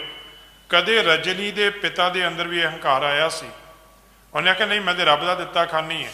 ਪਰ ਇੱਕ ਗੱਲ ਚੇਤੇ ਰੱਖਣਾ, ਇਹ ਗੱਲ ਹਮੇਸ਼ਾ ਮਨ ਵਿੱਚ ਰੱਖਣੀ ਕਿ ਮੈਨੂੰ ਰੱਬ ਨੇ ਸੰਯੋਗ ਕੀਤਾ ਹੈ, ਤਾਂ ਮੈਂ ਆਪਣੇ ਭਰਾਵਾਂ ਦੀ ਮਦਦ ਕਰਨ ਦੇ ਯੋਗ ਹੋਇਆ। ਪਤਾ ਨਹੀਂ ਰੱਬ ਨੇ ਉਹਨਾਂ ਦੇ ਪੈਰਾਂ ਪਿੱਛੇ ਤੈਨੂੰ ਇਹ ਯੋਗ ਬਣਾਇਆ। ਮਨ ਵਿੱਚ ਹੰਕਾਰ ਨਹੀਂ ਆਉਣ ਦੇਣਾ ਇਸ ਗੱਲ ਦਾ। ਆਪਣੇ ਮਨ ਨੂੰ ਮਨ ਨੀਵਾ ਮਤ ਉੱਚੀ, ਇਸ ਸਿਧਾਂਤ ਵਿੱਚ ਆਉਣਾ ਹੈ। ਹਸਤੀ ਸਿਰ ਜਿਉ ਅੰਕਸ ਹੈ, ਅਹਰਨ ਜਿਉ ਸਿਰ ਦੇ, ਮਨ ਤਨ ਆਗੇ ਰੱਖ ਕੇ ਉਬੀ ਸੇਵ। ਇਹ ਵਾਲਾ ਜੀਵਨ ਅਪਣਾਈਏ। ਧੰਨ ਗੁਰੂ ਨਾਨਕ ਪਾਤਸ਼ਾਹ ਜੀ ਆਖਦੇ ਗੋਰਖ ਨੂੰ, ਕਹਿੰਦੇ ਤੂੰ ਭੁੱਲ ਗਿਆ ਭਾਈ, ਤੇਰੀ ਸੁੱਧ ਮਾਰੀ ਗਈ ਹੈ। ਕਹਿੰਦੇ ਤੇਰੇ ਮਨ ਵਿੱਚ ਹੰਕਾਰ ਹੈ। ਔਧ ਕੋ ਵਧਾਏ ਔਧ ਭਇਓ ਮਨ ਮਾਨ ਕੋ। ਕਹਿੰਦੇ ਤੂੰ ਹੰਕਾਰ ਕਰਦਾ, ਮੇਰੀ ਉਮਰ ਲੰਬੀ ਹੈ, ਮੇਰੇ ਕੋਲ ਕਈ ਵਾਰੀ ਉਹਨੇ ਹਰਨਾਕਸ਼ ਨੇ ਵੀ ਹੰਕਾਰ ਕੀਤਾ ਸੀ ਨਾ, ਮੇਰੇ ਕੋਲ ਰਾਜ ਭਾਗ ਹੈ। ਇਹ ਕੋਈ ਪਤਾ ਨਹੀਂ ਲੱਗਦਾ ਕਿਹੜੇ ਵੇਲੇ ਸੁਲਤਾਨਾ ਘਾਓ ਕਰਾਇੰਦਾ ਤੇ ਉਹ ਕੀੜਾ ਥਾਪ ਦੇ ਪਾਤਸ਼ਾਹੀ ਲਸ਼ਕਰ ਕਰੇ, ਸੁਆਹ ਵਾਲਾ ਜੀਵਨ ਵੀ ਬਣਾ ਦਿੰਦਾ ਹੈ। ਕੋਈ ਪਤਾ ਨਹੀਂ ਰੱਬ ਦੇ ਰੰਗਾਂ ਦਾ। ਸੋ ਰੱਬ ਦੀ ਇਹ ਸ਼ੁਕਰਾਨੇ ਵਿੱਚ ਰਹਿਣਾ ਚਾਹੀਦਾ ਕਿ ਰੱਬ ਨੇ ਮੇਰੇ ਤੇ ਮਿਹਰਬਾਨੀ ਕੀਤੀ, ਮੈਨੂੰ ਇਸ ਯੋਗ ਬਣਾਇਆ, ਮੈਂ ਭਲਾ ਕਰਨਾ ਆ। ਮੇਰਾ ਜਿਹੜਾ ਮੂੰਹ ਤੋਂ ਫਰਮਾਨ ਨਿਕਲੇ ਜਾਂ ਮੇਰੀ ਕਲਮ ਦੁਆਰਾ ਕੋਈ ਗੱਲ ਨਿਕਲੇ, ਉਹਦੇ ਵਿੱਚ ਭਲਾ ਹੋਣਾ ਚਾਹੀਦਾ ਹੈ, ਉਹਦੇ ਵਿੱਚ ਕਿਸੇ ਦਾ ਬੁਰਾ ਨਹੀਂ ਹੋਣਾ ਚਾਹੀਦਾ। ਫਰੀਦਾ ਬੁਰੇ ਦਾ ਭਲਾ ਕਰ, ਇਹ ਗੁਰਮਤਿ ਆਖਦੀ ਹੈ। ਅਸੀਂ ਤੇ ਭਾਈ ਆਪਾਂ ਰੋਜ਼ ਇਹ ਬਚਨ ਪੜ੍ਹਦੇ ਹਾਂ ਨਾ, ਨਾਨਕ ਨਾਮ ਚੜ੍ਹਦੀ ਕਲਾ, ਤੇਰੇ ਭਾਣੇ ਸਰਬੱਤ ਦਾ ਭਲਾ ਮੰਗੀਏ। ਜਦੋਂ ਵੀ ਕਿਸੇ ਉੱਚੇ ਅਹੁਦੇ ਤੇ ਬੈਠੀਏ, ਕਿਸੇ ਗੱਦੀ ਤੇ ਬੈਠੀਏ, ਇਹਨਾਂ ਗੱਲਾਂ ਨੂੰ ਚੇਤੇ ਰੱਖੇ ਕਿ ਮਾਲਕਾ ਮੇਰੇ ਕੋਲੋਂ ਭਲਾ ਕਰਾਈ, ਕਿਸੇ ਦਾ ਬੁਰਾ ਨਾ ਕਰਾਈ, ਕਿਸੇ ਦਾ ਮਾੜਾ ਨਾ ਕਰਾਈ। ਜੇ ਇਸ ਅਹੁਦੇ ਤੇ ਬਿਠਾਇਆ ਤੇ ਫਿਰ ਕਿਸੇ ਦਾ ਮਾੜਾ ਨਾ ਕਰਾਈ, ਨਹੀਂ ਤੇ ਮੈਨੂੰ ਇਸ ਅਹੁਦੇ ਤੋਂ ਦੂਰ ਹੀ ਰੱਖੀ। ਭਾਈ ਇਹ ਵਾਲਾ ਜੀਵਨ ਅਪਣਾਈਏ। ਗੁਰੂ ਨਾਨਕ ਪਾਤਸ਼ਾਹ ਜੀ ਦਾ ਇਹ ਸਿਧਾਂਤ ਸਾਨੂੰ ਇਹ ਸਿੱਖਿਆ ਦਿੰਦਾ ਹੈ ਜੀ। ਮਲ ਮੂਤ ਦੇਹ ਤੇਰੀ ਮਨ ਲਹਿ ਬਾਤ ਮੇਰੀ, ਕਾਇਰ ਜੋ ਧਾਮ ਬੋਲ ਬੋਲ ਤੋ ਨਿਲਾਜ ਹੈ। ਪਾਤਸ਼ਾਹ ਜੀ ਕਹਿਣ ਲੱਗੇ, ਗੋਰਖਾ ਕਾਹਦਾ ਹੰਕਾਰ ਕਰਦਾ ਆ? ਲੰਬੀ ਉਮਰ ਦਾ ਚੇਲੇ ਬੜੇ ਬਣਾ ਲਏ, ਇਹਦਾ ਵੀ ਹੰਕਾਰ ਕਰੀ ਜਾਣਾ। ਅੱਜ ਬਹੁਤੇ ਲੋਕਾਂ ਦੇ ਮਨ ਵਿੱਚ ਇਹ ਹੰਕਾਰ ਹੁੰਦਾ ਕਿ ਸਾਡੇ ਚੇਲੇ ਬੜੇ ਨੇ, ਸਾਡੇ ਪੈਰੋਕਾਰ ਬੜੇ ਨੇ। ਪਾਤਸ਼ਾਹ ਕਹਿਣ ਲੱਗੇ, ਦੇਖੋ ਬਚਨ ਬੜੇ ਸਪਸ਼ਟ ਨੇ। ਕਹਿੰਦੇ ਮਲ ਮੂਤ ਦੇਹ ਤੇਰੀ, ਮਨ ਲੇਹ ਬਾਤ ਮੇਰੀ। ਕਹਿੰਦੇ ਤੇਰੀ ਦੇਹ ਕਾਹਦੀ ਹੈ? ਆਪਾਂ ਨੂੰ ਧੰਨ ਗੁਰੂ ਅਰਜਨ ਦੇਵ ਮਹਾਰਾਜ ਜੀ ਵੀ ਚੇਤੇ ਕਰਾਉਂਦੇ ਨੇ ਨਾ, ਰਮਈਆ ਕੇ ਗੁਣ ਚੇਤ ਪ੍ਰਾਨੀ, ਕਵਨ ਮੂਲ ਤੇ ਕਵਨ ਦ੍ਰਿਸ਼ਟਾਨੀ। ਤੇਰਾ ਮੂਲ ਕੀ ਹੈ? ਜਿਹਦੇ ਤੋਂ ਤੈਨੂੰ ਬਣਾਇਆ ਰੱਬ ਨੇ, ਤੇਰਾ ਮੂਲ ਕੀ ਹੈ? ਕਦੇ ਵੇਖਿਆ, ਸੋਚਿਆ ਆਪਣੇ ਮਨ ਵਿੱਚ? ਇੱਥੇ ਵੀ ਆਖਦੇ ਕਹਿੰਦੇ ਤੇਰੀ ਮਲ ਮੂਤ ਦੇਹ ਤੇਰੀ, ਮੰਨ ਲੈ ਬਾਤ ਮੇਰੀ। ਕਹਿੰਦੇ ਦੇਹੀ ਕੀ ਹੈ? ਮਲ ਮੂਤ ਦੀ ਦੇਹੀ ਹੈ, ਖਾਣਾ ਆ ਤਾਂ ਮਲ ਮੂਤ ਰਾਹੀਂ ਨਿਕਲ ਜਾਂਦਾ, ਇੰਨਾ ਕੀ ਹੈ ਨਾ। ਕਹਿੰਦੇ ਫਿਰ ਤੇਰੇ 'ਚ ਫਰਕ ਕੀ ਹੈ? ਕਹਿੰਦੇ ਇੱਕ ਗੱਲ ਮੇਰੀ ਮੰਨ ਲੈ, ਕਾਇਰ ਜਿਉਂ ਧਾਮ ਬੋਲ ਬੋਲ ਤੇ ਨਿਲਾਜ ਹੈ। ਕਹਿੰਦੇ ਤੂੰ ਕਾਇਰ ਹੈ, ਜਿਹੜਾ ਦੁਨੀਆ ਤੋਂ ਭੱਜਾ ਹੋਇਆ ਹੈ। ਕਾਇਰ ਭੱਜਦੇ ਨੇ ਨਾ, ਕਾਇਰ ਜਿਹੜੇ ਹੁੰਦੇ ਨੇ ਉਹ ਗਲਤ ਚੀਜ਼ਾਂ ਦਾ ਇਸਤੇਮਾਲ ਕਰਦੇ ਨੇ। ਜਿਹੜੇ ਬਹਾਦਰ ਹੁੰਦੇ ਨੇ ਨਾ, ਉਹਨਾਂ ਨੂੰ ਇਹਨਾਂ ਗਲਤ ਹੱਥ ਕੰਡੇ ਅਪਣਾਉਣ ਦੀ ਲੋੜ ਨਹੀਂ ਪੈਂਦੀ। ਉਹਨਾਂ ਦੇ ਰਸਤੇ ਪਰਮੇਸ਼ਰ ਬਣਾ ਦਿੰਦਾ ਹੈ, ਉਹਨਾਂ ਨੂੰ ਰਾਹ ਜਿਹੜਾ ਰੱਬ ਦਿੰਦਾ। ਕਦੇ ਪਾਣੀ ਚੱਲਦਾ ਦੇਖਿਆ? ਪਾਣੀ ਆਪਣਾ ਰਸਤਾ ਆਪ ਹੀ ਬਣਾਈ ਜਾਂਦਾ ਹੈ। ਕਹਿੰਦੇ ਰੱਬ ਜਿਹੜਾ ਨਾ, ਜਿਹੜੇ ਰੱਬ ਦੇ ਰਾਹ ਤੇ ਚੱਲਦੇ ਨੇ, ਉਹਨਾਂ ਦਾ ਰਸਤਾ ਰੱਬ ਆਪ ਬਣਾ ਦਿੰਦਾ ਹੈ। ਕਦੇ ਧਰੂ ਦਾ ਜੀਵਨ ਪੜ੍ਹੋ, ਕਦੇ ਪ੍ਰਹਲਾਦ ਦਾ ਜੀਵਨ ਪੜ੍ਹੋ, ਉਹਨਾਂ ਦੇ ਰਸਤੇ ਮਾਲਕ ਨੇ ਆਪ ਬਣਾ ਦਿੱਤੇ। ਆਵਾਜ਼ਾਂ ਮਾਰਦੇ ਨੇ ਆ ਕੇ ਤੁਸੀਂ ਰਾਜ ਲੈ ਲਓ। ਜਿਹੜਾ ਭਗਤ ਧਰੂ ਦੀ ਸਾਖੀ ਲੰਬੀ ਹੋ ਜਾਵੇ ਕਿ ਸਾਡੇ ਕੋਲ ਸਮਾਂ ਹੋਣਾ, ਉਹਦੇ ਵਿੱਚ ਜੇ ਰੱਬ ਦੀ ਭਗਤੀ ਕਰਨ ਚੱਲਿਆ ਤੇ ਪਿਤਾ ਨੇ ਸੁਨੇਹਾ ਭੇਜਿਆ ਉਹਨੂੰ ਕਿ ਅੱਧਾ ਰਾਜ ਲੈ ਲਵੇ। ਉਹ ਕਹਿਣ ਲੱਗਾ ਜਿਹੜੀ ਭਗਤੀ ਦੇ ਵਿੱਚ ਅਜੇ ਮੈਂ ਪ੍ਰਣੀ ਕੀਤਾ ਹੈ ਤੇ ਅੱਧਾ ਰਾਜ ਮਿਲ ਰਿਹਾ, ਤੇ ਉਸ ਭਗਤੀ ਵਿੱਚ ਕਿੰਨਾ ਆਨੰਦ ਹੋਵੇਗਾ। ਭਾਈ ਰੱਬ ਦੇ ਪਿਆਰੇ ਆਖਦੇ ਨੇ, ਰਾਜ ਨਾ ਚਾਹੋ ਮੁਕਤ ਨਾ ਚਾਹੋ, ਮਨ ਪ੍ਰੀਤ ਚਰਨ ਕਮਲਾਰੇ। ਉਹਨਾਂ ਨੂੰ ਕੁਝ ਨਹੀਂ ਚਾਹੀਦਾ, ਉਹਨਾਂ ਨੂੰ ਦੁਨੀਆ ਦੇ ਅਹੁਦੇ ਨਹੀਂ ਚਾਹੀਦੇ, ਉਹਨਾਂ ਤੇ ਪਰਮੇਸ਼ਰ ਦੀ ਉਹ ਲਿਵ ਚਾਹੀਦੀ, ਜਿਹਦੇ ਬਾਰੇ ਆਖਦੇ ਸਾਚੀ ਲਿਵੈ ਬਿਨ ਦੇ ਨਮਾਣੀ, ਦੇ ਨਮਾਣੀ ਲਿਵੈ ਬਾਝੋਂ ਕਿਆ ਕਰੇ ਵਿਚਾਰੀ। ਉਹਨਾਂ ਦਾ ਜੀਵਨ ਇਹ ਹੈ। ਸਤਿਗੁਰੂ ਜੀ ਆਖਦੇ ਭਾਈ ਤੂੰ ਕਾਇਰ ਆ। ਕਾਇਰ ਕਿਉਂ ਕਿਹਾ? ਕਿਉਂਕਿ ਜ਼ਿੰਮੇਵਾਰੀਆਂ ਤੋਂ ਭੱਜਿਆ ਆ, ਸੰਸਾਰ ਤੋਂ ਭੱਜਿਆ। ਸਿੱਧ ਛਪ ਬੈਠੇ ਪਰਬਤੀ ਕੌਣ ਜਗਤ ਕੋ ਪਾਰ ਉਤਾਰਾ। ਪਾਤਸ਼ਾਹ ਕਹਿਣ ਲੱਗੇ ਭਾਈ ਤੂੰ ਕਾਇਰ ਆ, ਜਿਹੜਾ ਸੰਸਾਰ ਨੂੰ ਛੱਡ ਕੇ ਭੱਜਿਆ, ਜਿਹੜਾ ਆਪਣੇ ਬੱਚਿਆਂ ਨੂੰ ਛੱਡ ਕੇ ਭੱਜਦਾ ਹੈ, ਭਾਵੇਂ ਇਸਤਰੀ ਭਾਵੇਂ ਪੁਰਸ਼ ਹੈ, ਉਹ ਕਾਇਰ ਆ। ਭਾਈ ਸਾਨੂੰ ਰੱਬ ਨੇ ਇੱਕ ਗ੍ਰਸਤ ਜੀਵਨ ਦੇ ਪਤੀ ਪਤਨੀ ਦੋ ਪਹੀਏ ਦਿੱਤੇ ਨੇ, ਇੱਕ ਪਹੀਆ ਵੀ ਖਰਾਬ ਹੋਏ ਜੀਵਨ ਵਧੀਆ ਨਹੀਂ ਚੱਲਦਾ। ਇਸ ਕਰਕੇ ਭਾਈ ਇਹ ਜੀਵਨ ਦੇ ਵਿੱਚ ਦੋਵਾਂ ਪਹੀਆਂ ਦਾ ਬਰਾਬਰ ਚੱਲ ਕੇ ਆਪਣੇ ਫਰਜ਼ਾਂ ਨੂੰ ਨਿਭਾਉਣਾ ਇਹ ਬਹਾਦਰੀ ਵਾਲਾ ਕੰਮ ਹੈ। ਪਰ ਜਿਹੜੇ ਤੋਂ ਭੱਜਦੇ ਨੇ ਉਹ ਕਾਇਰ ਨੇ। ਸਤਿਗੁਰੂ ਜੀ ਆਖਦੇ ਕਹਿੰਦੇ ਤੂੰ ਕਾਇਰਾਂ ਵਾਲਾ ਕੰਮ ਛੱਡ ਦੇ। ਲੋਕਾਂ ਦੀ ਇੱਛਾ ਰੱਖਦਾ ਕਿ ਕਿਸੇ ਦੇ ਘਰ ਬੱਚਾ ਹੋਵੇ ਸਾਨੂੰ ਦੇਣ, ਉਹ ਵਿਹੰਗਮ ਬਣਾਈਏ ਉਹਨੂੰ। ਕਹਿੰਦੇ ਆਪਣੇ ਆਪ ਤੁਸੀਂ ਬੱਚਿਆਂ ਤੋਂ ਨਿਰਲੇਪ ਹੋ, ਕਹਿੰਦੇ ਅਸੀਂ ਤੇ ਵਿਆਹ ਹੀ ਨਹੀਂ ਕਰਦੇ। ਤੇ ਲੋਕਾਂ ਦੇ ਬੱਚਿਆਂ ਦੀ ਤੁਹਾਡੀ ਆਖ ਆ। ਗੁਰੂ ਨੇ ਦੁਨੀਆ ਦੇ ਅੰਦਰ ਇਹਨਾਂ ਧਾਰਮਿਕ ਲੋਕਾਂ ਦਾ ਇਹ ਭਰਮ ਤੋੜਿਆ ਕਿ ਭਾਈ ਨਹੀਂ, ਇਹ ਪਰਿਵਾਰ ਛੱਡਣ ਵਾਲੇ ਨਹੀਂ ਨੇ। ਇਹਨਾਂ ਦੇ ਵਿੱਚ ਰਹਿ ਕੇ ਆਪਾਂ ਰੱਬ ਨੂੰ ਮਿਲ ਸਕਦੇ ਆ। ਇਹ ਮਾਲਕ ਸਤਿਗੁਰਾਂ ਨੇ ਦੱਸਿਆ। ਇਹ ਸਤਿਗੁਰੂ ਜੀ ਆਖਦੇ ਹਨ ਜੀ, ਦੇਖੋ ਜਾਏ ਆਗੇ ਕੈਸੇ ਤਾਹਾਂ ਦੁਖ ਲਾਗੈ ਤੋਹੇ, ਐਸੇ ਹਾਂ ਜਾਨੋ ਭੈ ਦੇਖ ਕਾਰ ਭਾਜ ਹੈ। ਪਾਤਸ਼ਾਹ ਕਹਿਣ ਲੱਗੇ ਗੋਰਖ ਅੱਗੇ ਜਿਹੜਾ ਰਸਤਾ ਹੈ ਨਾ ਰੱਬ ਦੇ ਘਰ ਦਾ, ਰੱਬ ਦੇ ਘਰ ਵਿੱਚ ਤੂੰ ਬੜਾ ਦੁਖੀ ਹੋਵੇਂਗਾ। ਇੱਥੇ ਤੇ ਤੈਨੂੰ ਲੱਗਦਾ ਕਿ ਮੈਂ ਆਪਣੇ ਮਾਂ ਪਿਓ ਨੂੰ ਛੱਡ ਦਿੱਤਾ, ਮੈਂ ਪਰਬਤਾਂ ਦੇ ਆ ਗਿਆ, ਲੋਕਾਂ ਦੇ ਬੱਚੇ ਲੈਣ ਦੇ ਇੱਥੇ ਮੈਂ ਬੜਾ ਸੁਖੀ ਲੱਗਦਾ, ਬੱਚੇ ਮੈਨੂੰ ਉਹ ਸਲਾਮ ਕਰਦੇ ਨੇ ਜਾਂ ਮੈਨੂੰ ਆਦੇਸ਼ ਕਰਦੇ ਨੇ। ਤੂੰ ਸੋਚਦਾ ਹੋਵੇਂਗਾ ਮੇਰੀ ਤੇ ਬੜੀ ਪੂਜਾ ਆ। ਜੇ ਜੁਗ ਚਾਰੇ ਆਰਜਾ ਔਰਦ ਸੁਣੀ, ਹੋਏ ਨਵਾਂ ਖੰਡਾ ਵੀ ਜਾਣੀਏ ਨਾਲ ਚੱਲੈ ਸਭ ਕੋਏ, ਚੰਗਾ ਨਾਉ ਰਖਾਏ ਕਹਿ ਜਸ ਕੀਰਤ ਜਗ ਲੈ। ਪਰ ਜੇ ਤਿਸ ਨਜ਼ਰ ਨਾ ਆਵੇ ਤਾਂ ਬਾਤ ਨਾ ਪੁੱਛੈ। ਕਹਿੰਦੇ ਗੋਰਖਾ ਇਹ ਹਾਲਤ ਬਣਨੀ ਹੈ। ਕਹਿੰਦੇ ਦੇਖੋ ਜਾਏ ਆਗੇ ਕੈਸੇ ਤਹਾਂ ਦੁੱਖ ਲਾਗੈ ਤੋਹੇ। ਕਹਿੰਦੇ ਅੱਗੇ ਜਾਵੇਂਗਾ ਬੜਾ ਦੁਖੀ ਹੋਵੇਂਗਾ। ਇੱਥੇ ਤੇ ਪਾਪ ਕਰ ਰਹੇ ਆ, ਜ਼ੁਲਮ ਕਰ ਰਹੇ ਆ, ਪਰ ਅੱਗੇ ਜਾ ਕੇ ਬੜਾ ਦੁਖੀ ਹੋਵੇਂਗਾ। ਕਹਿੰਦੇ ਐਸੇ ਹੋ ਜੋ ਚਾਨੋ ਭੈ ਦੇਖ ਕਰ ਭਾਜ ਹੈ। ਕਹਿੰਦੇ ਅੱਜ ਜਿਨ੍ਹਾਂ ਗੱਲਾਂ ਤੋਂ ਤੂੰ ਕਾਇਰ ਬਣਿਆ ਨਾ, ਇਹਨਾਂ ਕਰਕੇ ਤੈਨੂੰ ਅੱਗੇ ਦੁੱਖ ਪ੍ਰਾਪਤ ਹੋਵੇਗਾ। ਇਹ ਸਤਿਗੁਰੂ ਜੀ ਆਖਦੇ ਹਨ ਜੀ, ਕੌਣ ਵੇਖ ਤੇਰਾ ਐਸੋ ਆਗੇ ਨਹਿ ਹੇਰਾ ਕਬ, ਹਾਠ ਤਿਆਗ ਦੀਜੈ ਮਨ ਹੋਏ ਸ਼ੁਭ ਕਾਜ ਹੈ। ਸਤਿਗੁਰੂ ਜੀ ਕਹਿਣ ਲੱਗੇ ਕੌਣ ਵੇਖ ਤੇਰਾ ਐਸੋ ਆਗੇ ਨਹਿ ਹੇਰਾ ਕਬ। ਗੁਰੂ ਨਾਨਕ ਪਾਤਸ਼ਾਹ ਜੀ ਕਹਿਣ ਲੱਗੇ ਗੋਰਖ ਇੱਕ ਗੱਲ ਚੇਤੇ ਰੱਖੀ, ਜਦੋਂ ਰੱਬ ਦੇ ਘਰ ਵਿੱਚ ਗਿਆ ਨਾ, ਉੱਥੇ ਤੇਰਾ ਭੇਖ ਨਹੀਂ ਦੇਖਣਾ ਰੱਬ ਨੇ। ਉੱਥੇ ਤੇਰਾ ਪਹਿਰਾਵਾ ਨਹੀਂ ਦੇਖਣਾ ਕਿ ਤੇਰਾ ਪਹਿਰਾਵਾ ਕਿਹੜਾ ਸੀ, ਧਾਰਮਿਕ ਸੀ ਜਾਂ ਇੱਕ ਕਿਸਾਨ ਵਾਲਾ ਸੀ ਜਾਂ ਇੱਕ ਗਰੀਬ ਵਾਲਾ ਸੀ। ਉੱਥੇ ਦੇਖੇ ਜਾਣੇ ਤੇਰੇ ਅੰਦਰਲੇ ਕਰਮ, ਤੇਰਾ ਅੰਦਰਲਾ ਕਿ ਉਹ ਕਿੰਨਾ ਕੁ ਪਾਪਾਂ ਨਾਲ ਭਰਿਆ, ਕਿ ਕਿੰਨਾ ਕੁ ਤੂੰ ਗੁਣਾਂ ਨਾਲ ਭਰਿਆ, ਚੰਗੇ ਕਰਮਾਂ ਨਾਲ ਭਰਿਆ। ਸਰਬ ਧਰਮ ਹੈ ਸ੍ਰੇਸ਼ਟ ਧਰਮ, ਹਰ ਕੋ ਨਾਮ ਜਪ ਨਿਰਮਲ ਕਰਮ। ਉੱਥੇ ਇਹ ਦੇਖੇ ਜਾਣੇ ਨੇ ਨਿਰਮਲ ਕਰਮ। ਪਾਤਸ਼ਾਹ ਜੀ ਕਹਿਣ ਲੱਗੇ ਕਹਿੰਦੇ ਕੌਣ ਵੇਖ ਤੇਰਾ ਐਸੋ ਆਗੇ ਨਹਿ ਹੇਰਾ ਕਬ। ਇੱਥੇ ਤੇ ਹੋ ਸਕਦਾ ਸਾਨੂੰ ਕੋਈ ਵਡਿਆਈ ਦੇਵੇ ਸਾਡਾ ਇਹ ਭੇਖ ਵੇਖ ਕੇ। ਕਹਿੰਦੇ ਪਰ ਰੱਬ ਦੇ ਘਰ ਵਿੱਚ ਜਿਹੜੀ ਵਡਿਆਈ ਹੋਣੀ ਹੈ ਨਾ, ਸ਼ੁਭ ਅਮਲਾਂ ਬਾਝੋਂ ਦੋਨੋਂ ਰੋਈ ਵਾਲਾ ਹਿਸਾਬ ਹੋਣਾ ਹੈ। ਉੱਥੇ ਨਬੇੜਾ ਹੋਣਾ ਸ਼ੁਭ ਅਮਲਾਂ ਤੇ, ਉਹਨਾਂ ਤੋਂ ਬਿਨਾਂ ਨਬੇੜਾ ਨਹੀਂ ਜੇ ਹੋਣਾ। ਉਸ ਘਰ ਵਿੱਚ ਥਾਂ ਮਿਲਣਾ ਆ ਤੇ ਭਾਈ ਉਹ ਗੁਰੂ ਵਾਲੇ ਬਣ ਕੇ ਮਿਲਣਾ, ਭਾਵੇਂ ਭਾਈ ਡੱਲਾ ਹੋਵੇ ਉਹ ਵੀ ਗੁਰੂ ਵਾਲਾ ਬਣ ਕੇ ਗੁਰੂ ਦੇ ਘਰ ਵਿੱਚ ਥਾਂ ਪ੍ਰਾਪਤ ਕਰਦਾ। ਪਾਤਸ਼ਾਹ ਜੀ ਕਹਿਣ ਲੱਗੇ ਆਗੇ ਜਾ ਕੇ ਇਸ ਤੇਰੇ ਪਹਿਰਾਵੇ ਦਾ, ਕੰਨ ਪੜਾਇਆਂ ਦਾ, ਇਹ ਪਰਬਤਾਂ ਤੇ ਬੈਠੇ ਦਾ ਰੱਬ ਨੂੰ ਕੋਈ ਸਰੋਕਾਰ ਨਹੀਂ। ਉੱਥੇ ਤੇ ਤੈਨੂੰ ਤੇਰੇ ਕਰਮ ਦੇਖੇ ਜਾਣੇ ਨੇ, ਉੱਥੇ ਤੇਰੇ ਕਰਮ ਅੱਗੇ ਜਾਣੇ ਨੇ। ਕਹਿੰਦੇ ਆਗੇ ਨਾ ਹੀਰਾ ਕਬ, ਹੱਠ ਤਿਆਗ ਦੀਜੈ ਮਨ ਹੋਏ ਸ਼ੁਭ ਕਾਜ ਹੈ। ਕਹਿੰਦੇ ਹੱਠ ਤਿਆਗ ਦੇ, ਸ਼ੁਭ ਕੰਮ ਕਰ ਲਾ, ਇਹ ਚੰਗਾ ਕੰਮ। ਹੱਠ ਤਿਆਗ ਕੇ ਜਿਹੜਾ ਸਹਿਜ ਮਾਰਗ ਹੈ ਉਹਨੂੰ ਅਪਣਾ ਲੈ, ਚੰਗਾ ਰਵੇਂਗਾ। ਇਹ ਧੰਨ ਗੁਰੂ ਨਾਨਕ ਪਾਤਸ਼ਾਹ ਮਹਾਰਾਜ ਜੀ ਗੋਰਖ ਨੂੰ ਬਾਰ-ਬਾਰ ਸਮਝਾ ਰਹੇ ਨੇ ਕਿ ਜੇ ਰੱਬ ਦੇ ਘਰ ਵਿੱਚ ਥਾਂ ਪ੍ਰਾਪਤ ਕਰਨੀ ਹੈ, ਉੱਥੇ ਭੇਖਾਂ ਦੇ ਨਾਲ, ਉੱਥੇ ਦਿਖਾਵਿਆਂ ਨਾਲ ਨਹੀਂ ਮਿਲਣੀ, ਉੱਥੇ ਤੇ ਉਹਦੀ ਨਜ਼ਰ ਨਾਲ ਮਿਲਣੀ ਹੈ।